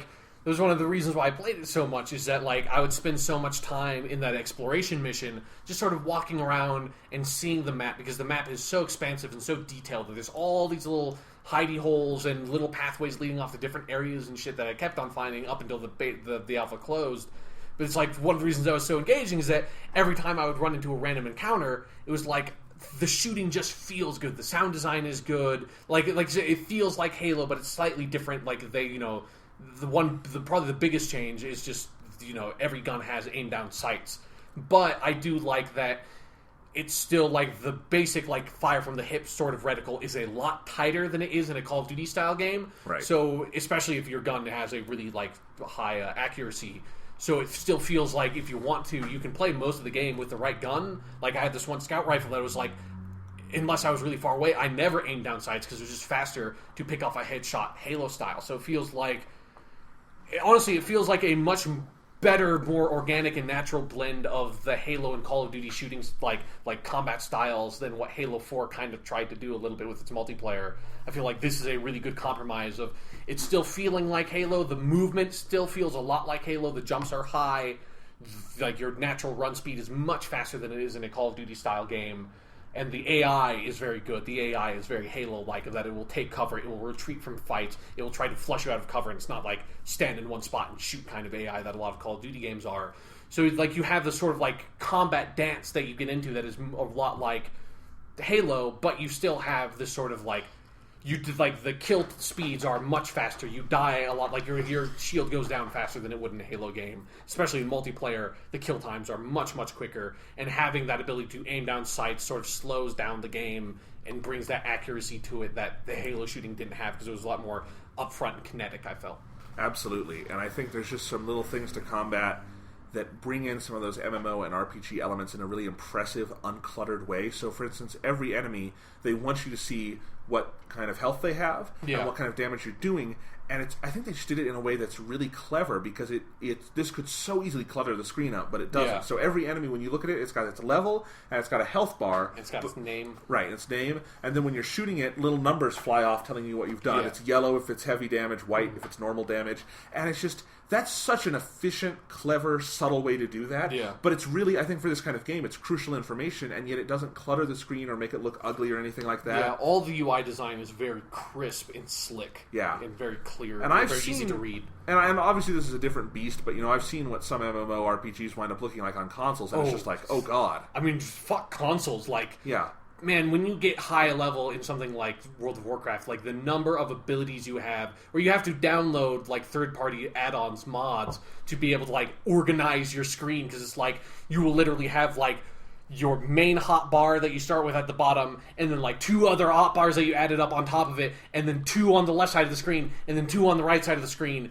And it's like you have like all these hotkey configurations where it's like, here's like 1, 2, 3, 4, 5, 6, 7, 8, 9, and like half like the fucking letter keys, and then all of those with control as a modifier, then all of those with alt as a modifier, and then all of those with shift as a modifier. And there are still some abilities that I need to click on if I want to use them. And you need to use like all of them sometimes. It's maddening. Yeah. And obviously Destiny isn't going to become that complex, but Yeah. I think there are hints in the alpha of where the complexity is going to come in and how they're going to balance it out. So I like just seeing the upgrade screen. There are very few upgrades you can get in those 8 levels, Yeah. but it kind of shows you how they're going to cascade and build on one another. Yeah. And it looks like it's never going to get to a point where it becomes too much. Mm-hmm. Yeah, I agree. Like, it looks really very smart in that way. I like how just easily on the fly you can swap your weapons out and that kind of thing. Yeah. It just feels very user-friendly, and, I think I've never played MMOs, but I have heavy experience with first-person shooters and Bungie first-person shooters in particular, so I have something like that coming into it. But I feel like even if you'd never really played this genre before, I think you could come into Destiny and it would be welcoming. It feels very approachable, because it's also very telling that, obviously we are like both really experienced video game players. Yeah. But they do, like, the alpha just drops you in the middle of fucking nowhere. Right. And gives you a waypoint, but it still feels like really approachable and engageable. And it's like, when stuff happens, it's like you don't feel like you're mystified by it. That I feel like a lot of times you play demos for games, just things occur, and you're like, I don't know what's going on. Like, I don't know what this shit is. It's like it feels very clear that like I figured out what the currency was like immediately. Like, it wasn't this like process of like where is like what is currency? Like, how do I get it? It's like it's all very clear and very obvious that every time you kill someone, the amount of experience and the amount of glimmer, which is the currency you get, appears on the right side of the screen and pops up for a little bit and then goes away. And it's like where your experience bar is very clearly labeled. Like, what your abilities are is very clearly labeled, and your cooldowns. Like, it's all really immediately readable. It's one of the best UIs I've ever seen. Absolutely. I mean, I counter like Destiny with like Titanfall, which I love Titanfall, but if you were to throw someone who hadn't played a game like that into Titanfall, they would go run screaming out of the room. Sure. I mean, you have to have played games like Titanfall to get Titanfall, Yeah. and that's not a bad thing, but I think it's amazing that I wouldn't blame Destiny if it felt a little less intuitive. But it feels completely intuitive, I think, no matter what you're approaching it from, and that's an achievement. Yeah, it reminds me of something like, and obviously these games have a bigger sort of like thing to tackle, but something like Skyrim or Oblivion, like those Elder Scrolls games, like those inventories are so unmanageable. Of like, you can pick something up and then don't know like where it is in your inventory, because it's like you don't know. Like, I picked up this thing, I wasn't even quite sure what the thing was, but I think it was something I was supposed to pick up, but I don't know where in my inventory to go to, or if I do know how to go to it, like I don't know what to hit to figure out what it is. There's tons of games that have user interfaces like that it's like I don't know how to approach. And with Destiny, it was like really clear and obvious. I mean, it's one of the reasons I've never played the Elder Scrolls games. Sure, they just seem kind of impenetrable at a certain point. Yeah, I can see that. Yeah, especially if you're playing the older ones, are way worse about that. Well, I'm not going to ever, but yeah. Don't play Morrowind. Don't. That wasn't a plan. I've got plenty of other better old games I could play, I'm sure. Yes, but anyway, it's an interesting thing, and you're right about the interface. I think also when you get into the tower, which is like your main hub area for this slice of the game, it's just that's all very intuitive. I like how that moves into a third-person perspective, but it doesn't feel out of place. Yeah, and I really like that, because it almost took me a second to notice that it was in third person, and I was like, that's kind of weird, and then I realized that it's like, like, that gives you an opportunity to connect with your character in a way that you do with the MMOs. It's just like, you have your armor, and you would never be able to see your armor other than in your inventory screen. So it said when you go to the tower, a part of the huge draw of these loot games, especially like for me, I don't love the Diablo style like action RPG loot games because it's like it feels so isolated because it's mostly just single player. Whereas in an MMO, it's like if I get a cool fucking sword and this bitchin' cape, like it kind of defeats the purpose of getting that stuff if I don't have anyone to show it to. Whereas like if you go to in World of Warcraft, if you go to Stormwind City or here you go to the tower and it's like, oh, my guy looks fucking awesome because I got this like really cool piece of armor or the gun on my back is really awesome. You can show that off to random people and like get this sort of like ego boost of like, yeah, like look at that level 2 dude or level 3 dude over there with like the basic starting gear and mine's all like coordinated and awesome looking and shit. Yep. But let's talk about the best part of the Destiny Alpha. Yes, okay. I wonder because there's something that I would say here. I want to hear what you're going to say here. It's the speeder you get that you can drive around. I was going to say the fact that you can dance. The fact that you can dance is pretty good. Yeah. The fact that you can dance because that was for me the moment when I fully understood what Destiny was. Is I beat that tiny little story mission they give you. I went back to the tower and then I went up to like the fucking merchant or whoever, like the guy you need to go talk to. I talked to that dude and he was standing in front of a table and on that table there were 2 different players and they were both dancing and I was like, this is a fucking MMO. I don't care what else it is. This is a fucking MMO because there are player characters in a spot they really shouldn't be and they are dancing. And everybody else in the tower, instead of walking places, they're jumping everywhere because everyone who plays video games, I don't think they're even conscious of it. They jump constantly when they move, and it looks fucking ridiculous, but it's great because it's like everyone's in on how ridiculous it is, and it's like, fuck it. I've spent a lot of the last day the Destiny Alpha was on just sort of like wandering around and fucking around in the tower, and it's like I was with this one other dude where there were like these weird little like, there's that fence facing where the big traveler orb thing is, and it's like you can jump over that fence and get on these tiny little outcroppings that like extend a little bit out. There's kind of feels like you're not supposed to be there, but you can get on them, and me and this other dude were on them. We were just dancing. Yep. And I love that they've devoted the entire D-pad to dancing, sitting, to these emotes. high-fiving, yeah. That I wish, and maybe this is something they'll integrate into the game. It's like I hope you can get like different emotes and put them on there. It's like obviously you'd always want dance. It's like sometimes maybe I don't want point. I want like something else that's like an emote that says like, "Hey, I'm sorry" or something. Like that would be cool if you could get different ones. I wouldn't be surprised if that shows up. Yeah. But no, I love. So if you don't know, if you haven't played the game, when you're just playing in the first person mode, you've got this.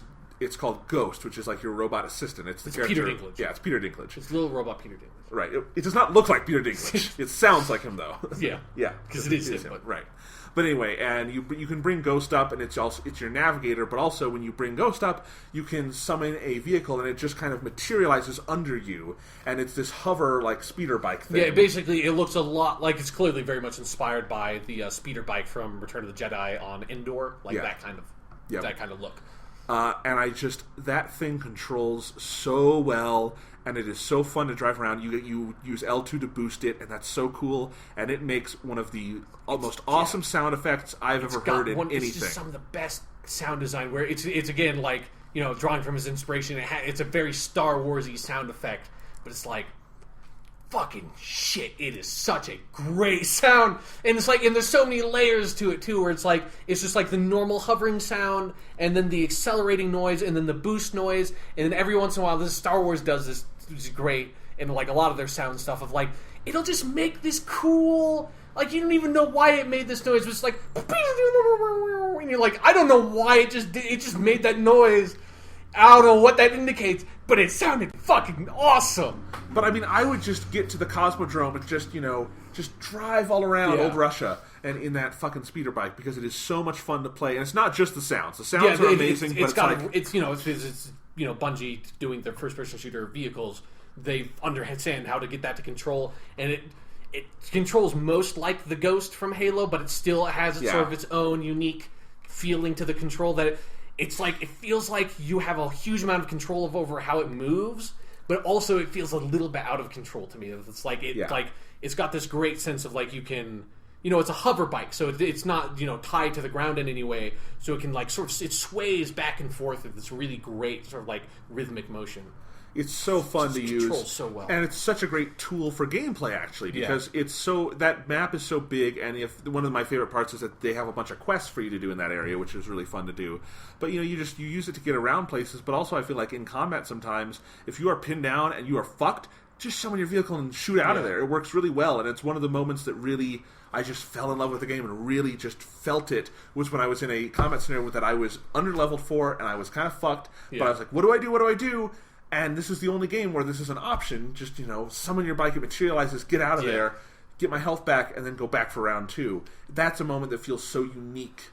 And it's... Or like the flip side of that, I remember when I was playing as my warlock, and I was in the exploration mission, so it's like that's where, especially like, the random players just sort of like exist in the same world together, very Journey style. I remember I was zooming around on my speeder bike, and it was like in sort of that area where it's like a lot of like level 5 enemies were, and there was some dude who was like level 4 that clearly he like just dropped in. He was pinned down by a bunch of the Fallen, and so I was on my speeder bike, and I think my guy was like level 6 or 7 at that point, and my super was charged, and I saw that guy was pinned down, and all the Fallen were clustered together, and I was like, I know how to do this. And so I zoomed over, my Sparrow hit a jump, went up in the air. I jumped off of my Sparrow in midair, initiated my glide, and then used my super. So it's like I just jump off my speeder bike and use his supernova bomb, which just shoots this huge energy orb, which crashed into the middle of the Fallen and just blew them all and disintegrated them all into pieces. And I landed, my speeder bike landed right near me. I walked back over to it, got on, and just zoomed away into the sunset. It was like,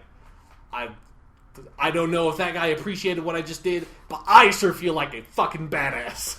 And there's just so many moments like that. I think the next logical thing to talk about is, so we got these 3 classes, Titan, Hunter, and Warlock. I don't want to go into too much detail on all of them, just because I think we're running short on time here. But, I mean, it's interesting to me, when you just start out playing with them, the differences are not immediately noticeable, I didn't think. But the more time you spend with them, the more they really feel like... And that's the limitation of the alpha, is that you're just touching the tip of the iceberg. Yeah, that it feels like, hopefully what happens... And also, again, there are subclasses. I don't know what subclasses are. I don't know what that means. It's clearly a thing in the game. And so, I feel like there's going to be more variation within these 3 classes that we just don't know how that works. Right. But, hopefully... Like you said, as you level up in the game, the classes clearly start, or these subclasses clearly start branching into different directions and different roles with the different powers and the way the stats, you slowly start to see the effect of the stats as that accumulates, that hopefully, when the actual game comes out, when you hit max level, those subclasses will feel very distinct from one another, and that even different people within the same subclass could feel very distinct with the way their gear can emphasize different powers. So it's my gear could all be focused around making my knife ability more effective, whereas some other guy could be I'm a hunter and I use my grenade constantly because that's how my gear is worked out. Yeah, and I leveled up my grenade stuff. And I tried all 3 of them. I didn't play them all as extensively as you did. You leveled up everyone. Yeah, I mean, and I played my hunter by far the most. I basically only got the Warlock and Titan to level 8 and just kind of stopped there. Okay. And I played enough of the alpha at that point that I was able to get them to level 8, both of them in 2 hours each. Nice. So. And I liked the Warlock a lot. That was kind of my Warlock player of choice my so second far. favorite. Yeah, I had a lot of fun with it. I really felt just it intuitively made sense to me, but I didn't get to play as much with the Hunter as I would have liked. But, that's also, it's something that I kind of wanted to leave to the game itself, was sure. I'm really interested in seeing what this is when you have the full suite of features and whatnot. Yeah. And time to level everything up, because obviously one of the frustrations here is you'll get all this loot for level 12 and you're level 8. It's I'm doing this, playing the fucking strike mission over and over and over again, and I got 2 blue drops. So for those who don't know, in this kind of loot structure, you have different colors are assigned with different rarities and power of gear. So it goes white, green, blue, purple, orange. It's all my hunter eventually, everything he had was green and my level green, but it's I had this blue helmet and this blue chest piece that was both of them were level 11 gear. It was they were so powerful compared to what I had, and I couldn't put it on because they capped it at level 8. It's those fucking assholes. You cap it at level 8, but you don't cap the gear that drops at level 8. So it's I kept on picking up all this shit. It was this looks awesome, but I can't use it. But that's a good complaint to have. Yeah, exactly. It's it just makes me want to play the game so much more. It's I want to be able to get this higher level gear. And I think, you played the alpha a lot more than me, and I think part of it for me was that I was enjoying it so fucking much I kind of didn't want to spoil myself on it. I just kind of wanted to wait until there was more. I had a moment when I was playing the alpha where like I had this path in front of me of like either I take the red pill and I wake up and don't play it and I forget I played the alpha, or I take the blue pill and I see how far this fucking rabbit hole goes, and oh my god, did I take that blue pill because I played so fucking much. And I played a lot of it, and all I want to do right now is go home and play more of it, even though you can't. Yeah. But it's like, yeah, it's so good. I want to talk a little bit about the competitive multiplayer. Okay, sure. There's so little of it, you cannot make a judgment, I feel like. Yeah, definitely. But it was the only part of Destiny that didn't grip me, and in fact, I found it pretty dull and boring. They just had basically its territories. Yeah, they call it... domination. Yeah, it's domination. Yeah, it's a territory control map. Yeah, they call it control in this. Yeah, that's right, yeah. It's domination in Call of Duty. And they have two maps. I only ever got to see one of them, which was the one on Earth. Yeah, and it seemed like, because I played quite a bit of the multiplayer, because I did enjoy it. It was my least favorite part, but I did like it. Although I didn't like it at first. It took me a while. But it was like, for whatever reason, that Earth map came up probably like 80% of the time. Okay. I think I only played on the Moon map like twice. Okay. And I think, maybe if the alpha was a week long, I would have taken the time to get to know it better, but it didn't grip me. I didn't like it, and with the limited time, I would rather have played the other stuff, so that's what I did. But it felt really kind of awkwardly low-key. The guy whose voice was talking to you was really kind of just soft and not all that interesting. It's not Halo announcer, dude. No. Like, I didn't mind his voice, but... I didn't mind it, but it didn't give energy to anything. Yeah, it's like, I mean, this is just true of any game. It's like, when I start the match, I want to hear that dude just like, Slayer. And it's like, okay, right. I know what I'm playing. I'm into this already. Sure, and I think it was also just the gameplay felt fairly slow. I wasn't running into enemies all that much. I didn't intuitively get what the shooting was like in multiplayer. It's much faster than Halo is, so I was like, die. The multiplayer is very different from Halo multiplayer. So that just was off-putting, and not in a bad way. It's just that, again, it's an alpha, it's limited. I didn't feel like I had the time to invest in this so far.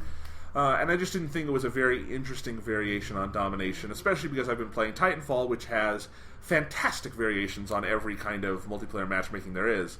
So, that's it. I was kind of thinking of that, but so it's the only part of Destiny that wasn't up to snuff for me. But it's only one game type. It's a game type that is only intermittently good. I think it's good in some games and it's bad in others. I would like to be able to play this with Slayer or Capture the Flag or something like that and feel what that's like, and see what other maps are like. Because I didn't love this map, I didn't hate it or anything, but it's a part of the game that it's such a small sliver. I would have to play more of it. Yeah, for me, like, I really wish that they had just like a normal team deathmatch mode as the multiplayer, because I don't typically like territories modes, and I didn't particularly like. I still had fun playing it, but I didn't love that was the mode that I had to play. Though I did really like the map, because I felt like, especially once you play it enough, every different class has their different movement ability, and that sort of like really affects the way you play the game. Especially when I played it with different classes, and I sort of saw, okay, like, this is how a Titan might approach this map, whereas, like, the Hunters sort of, like, leapfrogging over walls and shit. But, like, for me, I thought what was really interesting about the multiplayer is that when I was playing the multiplayer, this goes back to, like, my MMO experience, is that I had the core feeling of me playing the multiplayer was not the same kind of feeling I had when I would go into a match in Call of Duty or a match in a Halo game. It felt like when I would queue up for PvP, player versus player, in World of Warcraft. That it's like, this isn't just me playing this multiplayer game. This is me going in as this character playing these PvP modes for something. So it's like you're getting PvP currency, these Crucible marks in the game. You're getting Crucible reputation. And that's like, in the full game, that would be used as another method by which you can gain better gear and better loot, is by playing the multiplayer, getting those Crucible marks, completing those challenges, getting better reputation, and then cashing that in at the Crucible vendor, which they had there for the high level, like, purple gear. And so, like, that, it kind of some of that was sucked out of the beta or the alpha, because you couldn't get any of that gear because it was all level 20 stuff. It was like, I thought it was a very interesting feeling that was like, this has competitive multiplayer in it, but it has it in it in sort of, again, in like a mix between what a game like World of Warcraft has in competitive multiplayer and a game like Halo has in competitive multiplayer, and this weird merging of the two. So it's like the fact that you bring your own weapons and gear and stuff in. I'm also curious, like, it'd be interesting for Bungie to sort of like detail what is the kind of stuff you bring into multiplayer with your character and what kind of stuff you don't. Because they specifically said there are no level advantages, so presumably like your health is whatever your health is, and it's not like, oh, I'm higher level, so I have higher health. But it's like, I'm curious how much the stats affect it, how much the stats on your gear affect it. If like, they make all pulse rifles do the same damage and all the automatic rifles do the same damage, or if they give you some leeway with that kind of stuff. I think that would be really interesting to see, because I don't know quite how much that changes based on what you bring into the multiplayer with you. Right, and maybe the multiplayer, the PvP specifically, is just the one part of Destiny so far that is MMO in such a way that I don't intuitively get it just yet. Mm-hmm. But I like what you're saying there. That all sounds interesting. And either way, it's not like I played those couple multiplayer matches and I'm like, I'm not playing multiplayer when it comes out. No, I'm excited to play more also, of that. if you didn't play multiplayer when it came out, like, again, going back to the MMO comparison, like, that's a totally legitimate way to play the game. That, right. Like, I barely engaged with PvP in WoW because it just wasn't my thing. Because I was much more of a PvE player versus environment player, which is mostly like, co-op and single player stuff. It's like, you could play Destiny for like dozens, if not hundreds of hours, hypothetically, when the actual game comes out, just doing the gear grind, like the loot grind with the strike missions and the campaign and the co-op and the exploration and that side, and just to completely ignore that PvP exists and not even bother with it. It's like, sure, because that's totally fine. Like, because you're not missing anything. Here's the thing: in that strike, the co-op multiplayer, online multiplayer, is fantastic. Its co-op is so integral to how that strike just plays, and it's so fun, and it's so interesting, the different kind of people you work with and how that affects how you play. Yeah. That I had a really fun time with as a multiplayer experience. So it just feels like Destiny is going to be a fucking steal at $60. Yeah, definitely. Yeah. I mean, I am so excited for this. And the crazy thing is, we don't have long to wait. We've got a month until the beta. Yeah. Then we don't have all that long until the game itself. So they're parsing it out. They're teasing us. But it's not... I'm really curious how much, like, what that beta is going to be, like, how much content's going to be in it. But here's the question that I think will define this whole conversation, Sean. Okay. If the beta was just exactly the alpha and the same content again, would you still play it? Yeah. Just for hours and hours and hours? Yeah, I would like... Yes. Especially because I would have to start with new characters, so I'd be like, fucking great. Like, yeah. Now, it's like, it sucks I have to do it again, but it's like, I have to do it again. I'm going to hear Peter Dinklage say, that wizard came from the moon. So many times. It's the hive, yeah. All right, so... there's going to be a lot more to talk about. Yeah, we're going to talk about this. I could just talk about Destiny for fucking forever. Well, and the thing is, we're going to talk about Destiny for at least one more full episode when the beta comes out, then probably for several episodes when the game comes out. So we'll have a lot of Destiny talk this year. I mean, fuck it. If we want to, we can just make the next podcast Destiny Alpha talk too. Sure. I mean, hey, you know what? By the time Destiny comes out, we're also going to be having weekly Doctor Who discussions, it's going to become a fucking just madhouse on this show. Yeah. All right, well, anyway, that's it for this week. Destiny Alpha, if you didn't play it, we probably just pissed you off for the last hour. Yeah. But, if you have a PS4, I think everyone with a PS4 gets into the beta, like, that's pre-ordered the game or whatever, right? PS3 also. Oh, cool. It's on the PS3 too. That was, I'm curious to just see what those previous gen versions of the game are going to be like. Yeah, because we didn't say the graphics on this are fucking amazing. They're great. And obviously part of that is, like, the art design is fantastic, as it has always been with, like, Bungie's games. But, yeah, the graphics are very top-notch. Especially a lot of the lighting and the reflections, particularly on, like, bodies of water, have, like, these really, really detailed reflections I've never seen in a game before, where it almost kind of freaked me out sometimes, where I'd see it in the corner of my eye, and I was like, what the fuck is that? And it's like, oh, wait, that's just, like, my reflection in this water. Right. It's like, I'm not used to it reflecting light like that accurately. I think more than any other cross-gen game we've seen for next-gen systems so far, it looks next-gen developed. Yeah. But Bungie has talked a lot of game and interviews that I've seen about their engine for Destiny being really scalable. A lot of people are talking about that. So I'm curious to see, like, how much of that is true. That it's like, if the previous gen games or versions are obviously going to work worse, but to see, like, how well they replicate that experience, I'm curious. Yeah. So this year of Destiny, man, good game. All right, it will be. It will be.